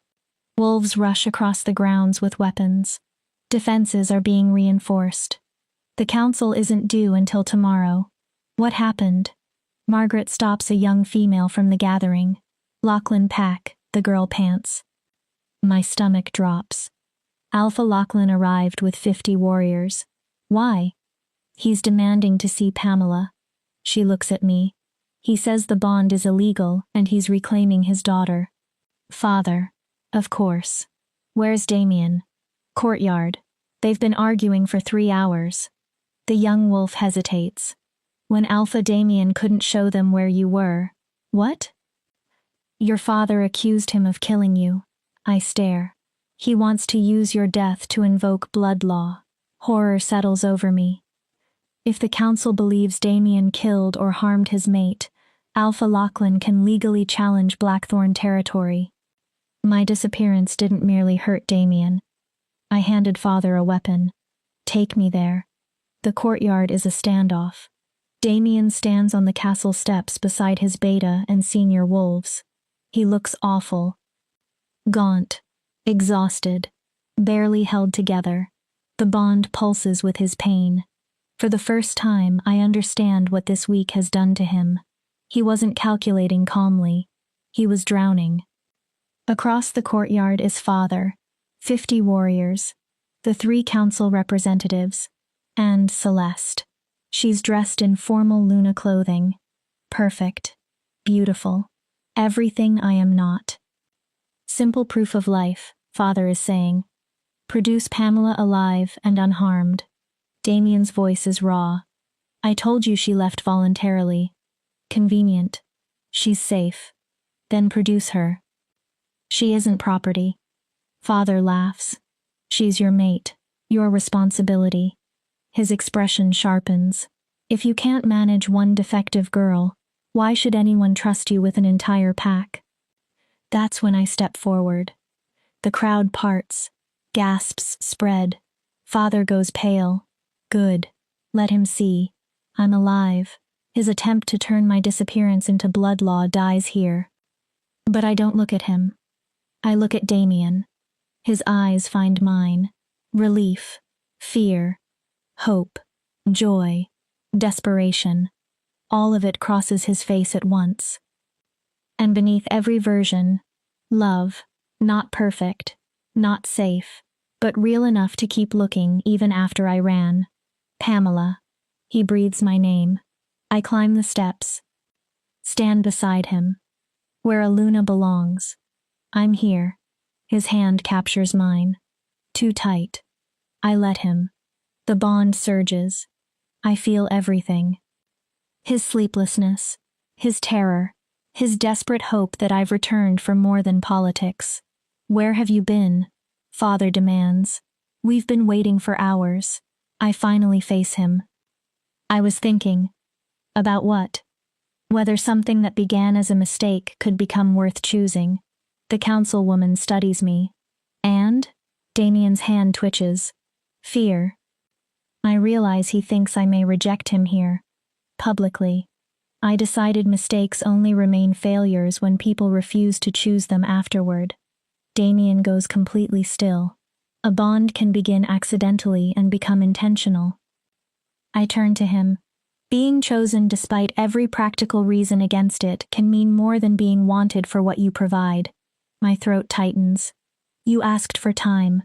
Damien's eyes burn. I'm sorry I didn't give it to you. Pamela, I'm sorry I ran instead of fighting beside you. His lips part. I'm sorry I assumed you'd choose between me and the pack instead of believing you were trying to save both. I squeeze his hand. I see 3 versions of you too. He stares. The monster everyone fears. A tiny reaction. The alpha who calculates everything. I move closer. And the man who builds libraries for a mother he never knew and listens to fairy tales after midnight. His eyes shine. I choose all 3. The curse, the crown, the softness. Damien looks as though breathing hurts. You came back. I did. Why? I smile through tears. Because someone told me about a wolf who howled for the moon even though he could never reach her. The smallest smile appears. And? I'd rather spend my life howling for something impossible than settle for something less. Damien grabs me. Protocol disappears. Council disappears. Father disappears. He kisses me as though he truly has been drowning for days. The bond ignites. When we finally separate, Father looks purple with rage. This is ridiculous. His voice cuts through the courtyard. She's still barren. She still cannot shift. She's still completely unsuitable. Actually, Damien's voice has changed. Strong again. Steady. There's something everyone here needs to see. He removes an old scroll from inside his coat. Yellowed. Fragile. I found this while searching my father's journals. The council representatives move closer. This is the original Northern law establishing the lunar requirements. He unrolls it. Shift with the pack, produce heirs, defend the territory. All things Pamela cannot do, Father snaps. Damien ignores him. But there is a 4th clause. Silence. A clause omitted from later copies. The councilwoman narrows her eyes. Damien reads. Should a Luna be unable to satisfy the 3 traditional requirements, she may prove her worth through the trial of the ancestors, a challenge chosen by the pack to test her character, leadership, and ability to serve. The courtyard erupts in whispers. The ancestors' trial? One councilman looks stunned. It hasn't been invoked in more than a century. It's still law. Damien's voice becomes hard. Valid law. He turns to me. And I'm invoking it. My pulse pounds. If Pamela agrees. What does the trial require? I don't know. He looks grim. The pack designs it according to what they most need from their Luna. Could it be dangerous? Yes. Could it kill me? His jaw tightens. Yes. And if I succeed, no council, no alpha, no law can question your right to remain Luna. And if I fail, his eyes darken. The bond dissolves automatically. My breath catches. I'm exiled from pack territory. Damien hates every word. And legally required to take another mate. Father smiles. Celeste stands beside him in perfect silence. The council watches. There is no safe path left, only through. I accept. Damien's head snaps toward me. Pamela, I accept the trial. The councilwoman nods. Under ancient law, Blackthorn Pack will choose a challenge testing the candidate's ability to lead, protect, and serve. She turns toward the gathered wolves. You have 1 hour. The pack leaves to deliberate. Father remains. His smile is cruel. You're going to fail. Damien growls softly. Careful. Father doesn't stop. Whatever they choose will destroy you. Then Celeste will become Luna, as she should have from the beginning. He steps closer. And you'll finally become what you've always been. I know the word before he says it. Nothing. Damien moves between us. She's still my mate. She's still my daughter. then treat her like one. Father laughs. Respect the broken thing that's cost me months of negotiations? He smells like whiskey. Pamela had one simple purpose. His eyes find mine. Stand in for her sister. Nod. Disappear. His mouth twists. But she couldn't even do that correctly. She had to trap an alpha into marking her by mistake. It wasn't a mistake. Damien's voice becomes deadly. Father turns. I saw her face. Damien steps closer. I knew she wasn't Celeste. My heart stops, and I marked her anyway because something inside me recognized something inside her. He looks at me. That isn't a mistake. Father spits the next word. Fate. Yes. Fate is a story fools use to justify bad decisions. He gestures toward me. You were curious. That's all. His smile turns cruel. How long before curiosity becomes resentment? Each word digs into old wounds. How long until you remember she cannot give you children, cannot shift, cannot be a real Luna? Damien steps completely in front of me. Listen carefully. Power floods his voice. Pamela is more wolf than you will ever be. Father goes still. More loyal, more courageous, more worthy of respect. Damien's eyes burn. She rode my wolf through the sacred run without fear. His voice carries across the courtyard. She does not need to shift to be strong. Another step. She does not need to give birth to lead. Then he turns toward me. The gold in his eyes is gone. No fractured versions. Only Damien. I see you, Pamela. One person. His voice softens. Real. Whole. Exactly whom I choose. Tears blur him. Not because you're perfect. His hand cups my cheek. Because you're you. The world disappears around us. You gave me riddles about love and stories about beasts. His thumb wipes a tear away. You showed me that being cursed doesn't mean being broken. The curse was fear. I whisper. Yes. His forehead touches mine. Fear with a prettier name. He closes his eyes. I let it convince me enemies were everywhere, then opens them. But you were right. About what? All three versions existed. A sad smile. Because people are complicated. His hand remains against my face. I don't need perfect certainty to choose you. His voice becomes a promise. I only need to choose you again tomorrow. And the next day, every version, every contradiction, every fear, for the rest of my life, my breathing breaks. What if I fail the trial, especially then? I stare at him. If you fail, we leave together. What? We find somewhere that doesn't care about bloodline or northern law. His eyes don't move from mine. We write another story. You'd surrender, Blackthorn? I'd surrender everything. The bond tells me the truth beneath the words. He loves his pack. Leaving would break part of him, but he would still do it. I'd rather become a lone wolf beside you than remain an alpha without you. It's everything I needed him to say. Then let's make sure I don't fail. The pack returns after an hour. Margaret leads them. Her face is grave. We chose. Damien's fingers close around mine. What trial? Margaret looks at me. Pamela Blackthorn must recover something Blackthorn pack lost 30 years ago. What? The Moonstone. Shock moves through several older wolves. Margaret continues.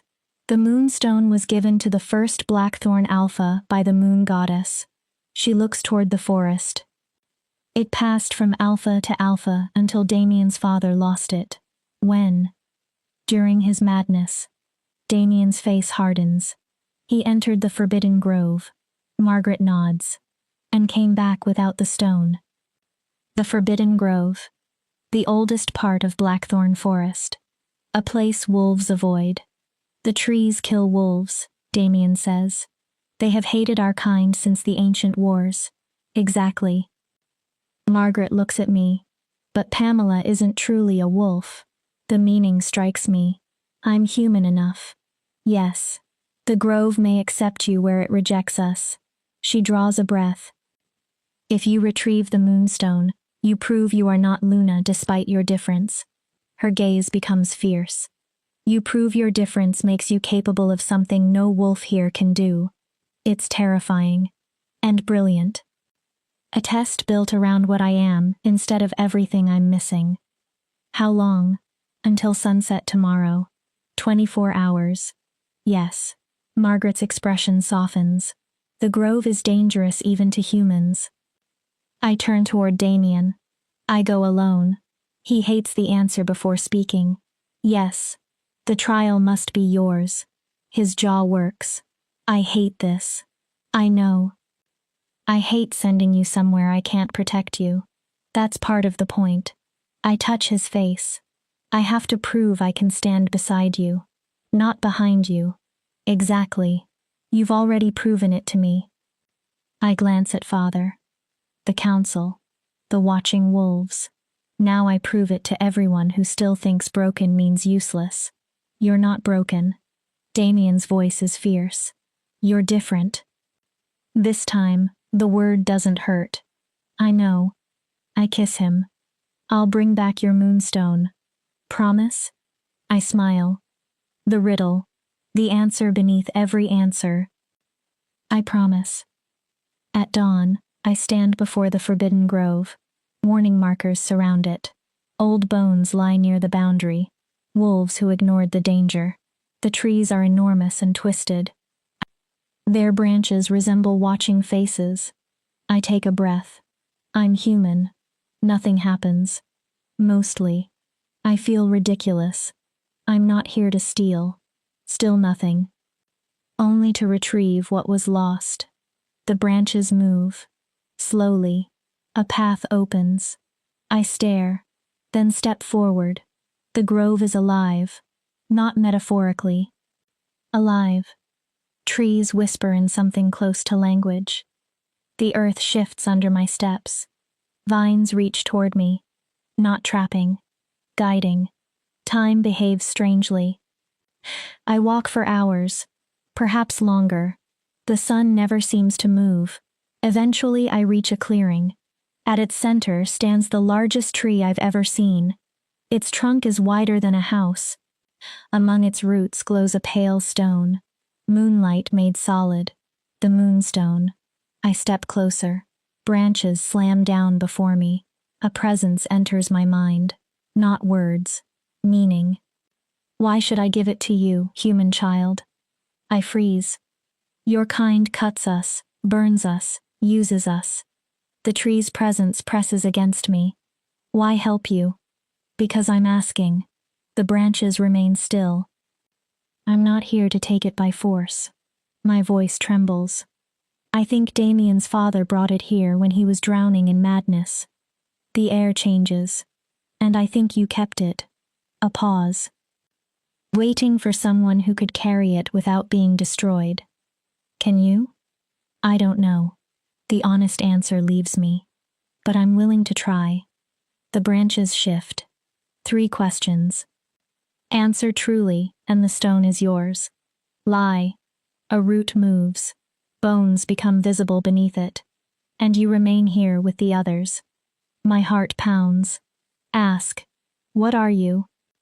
The answer comes too easily. Broken. The grove listens. Barren. Human. Everything wolves don't value. I breathe. Everything my family rejected. Then I stop. Number. That's not the whole answer. I'm also brave. Leaves rustle overhead. Loyal. My voice strengthens. Capable of loving a cursed alpha who sees me in 3 forms. I think of Damien. And capable of choosing all 3 versions of him too. I lift my chin. I'm everything at once. The grove becomes silent. The question is not which parts exist. It's which parts I allow to define me. The presence returns. Why do you want the stone? To prove I deserve to be Luna. The truth comes quickly. To prove different doesn't mean weak. I touch my chest. To keep my mate. Then another truth rises. But more than that. I look at the glowing stone. I want to prove it to myself. The tree waits. That what I am has strength. My voice softens. Not merely what I lack. Final question. The grove becomes utterly still. What is a promise? My breath catches. The riddle. The question that began everything. A promise. I choose every word carefully. Is something that breaks when you name it, but becomes stronger every time you keep it. The moonstone glows brighter. It can't be bought. A step forward. Can't be forced. Another. Can't be stolen. The branches begin to move.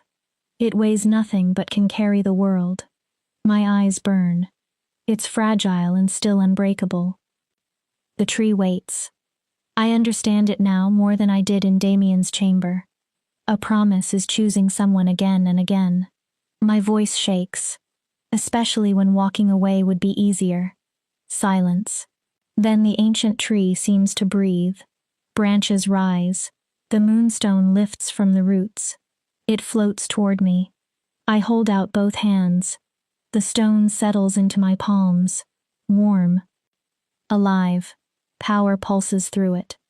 The presence fills my mind one final time. You are not broken, human child. My throat tightens. You are becoming. Take the stone. Show them. Not claws. Not fangs. Not shifting. The courage to exist without apology. The path opens. I clutch the moonstone against my chest. And run. I emerge at sunset. Exactly 24 hours after entering. The entire pack is waiting. So is Damien. The instant he sees me, his knees almost give out. I walk toward him. Dirty. Exhausted. Alive. Holding moonlight in my hands. I believe your pack misplaced this. His hands shake when he takes it. The instant his skin touches the moonstone, light explodes. The entire clearing turns white. The bond between us changes. Something locks into place. Not a forced bond. Not possession. Recognition. Choice. The trial is complete. Margaret's voice trembles. Pamela Blackthorne retrieved the moonstone lost 30 years ago. The council watches the glowing artifact. She accomplished what no wolf could. Margaret turns toward them. Her difference was her strength. The council members exchange looks. Then the silver-haired woman nods. The law is satisfied. My heartbeat stops. The bond stands. Damien stares at me. Pamela Blackthorne is recognized under Northern law as Luna of Blackthorne Pack. Father makes a disgusted sound. He leaves. Celeste follows. I barely notice. Damien has me in his arms.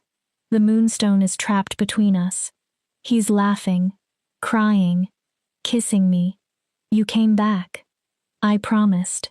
You came back. I know. His forehead presses against mine. You kept it. That is what promises are for. Epilogue. 3 months later. The library has a 13th room now. Mine. It is smaller than the others. Warm. Comfortable. Filled with journals, loose paper, and enough ink to permanently stain my fingers. Damien calls it my writing room. I call it proof that stories can change. This is where I record the history of Blackthorne Pack. Tonight, I'm writing ours. The disaster that became beautiful. The mistake that became intentional. The curse that became something almost like a blessing. Damien enters carrying 2 glasses. Still writing? Almost finished. He gives me one. Moonflower whiskey. Only the ending remains. He sits beside me. And how does it end? I smile. It doesn't.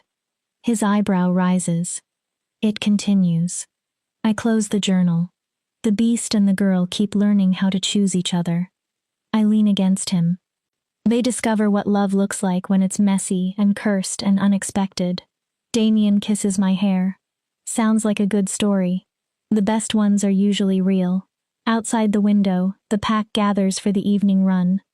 Margaret is teaching younger wolves how to fight. Thomas eventually apologized. He still has much to prove, but now he works patrols with an almost exhausting dedication. The pack isn't perfect, neither are we, but it belongs to us. Do you regret it? I ask. What? Marking me. His expression becomes thoughtful. By mistake. Damien considers the question seriously. I regret calling it a mistake for so long. My breath catches. I regret letting the curse convince me to question something my heart recognized immediately. He pulls me closer. But marking you? His eyes hold mine. Choosing you? A slow smile. Those are the only things I never truly doubted. Even when you saw 3 versions. Even then. Which version do you see now? He cups my face. Pamela. That's disappointingly simple. My mate.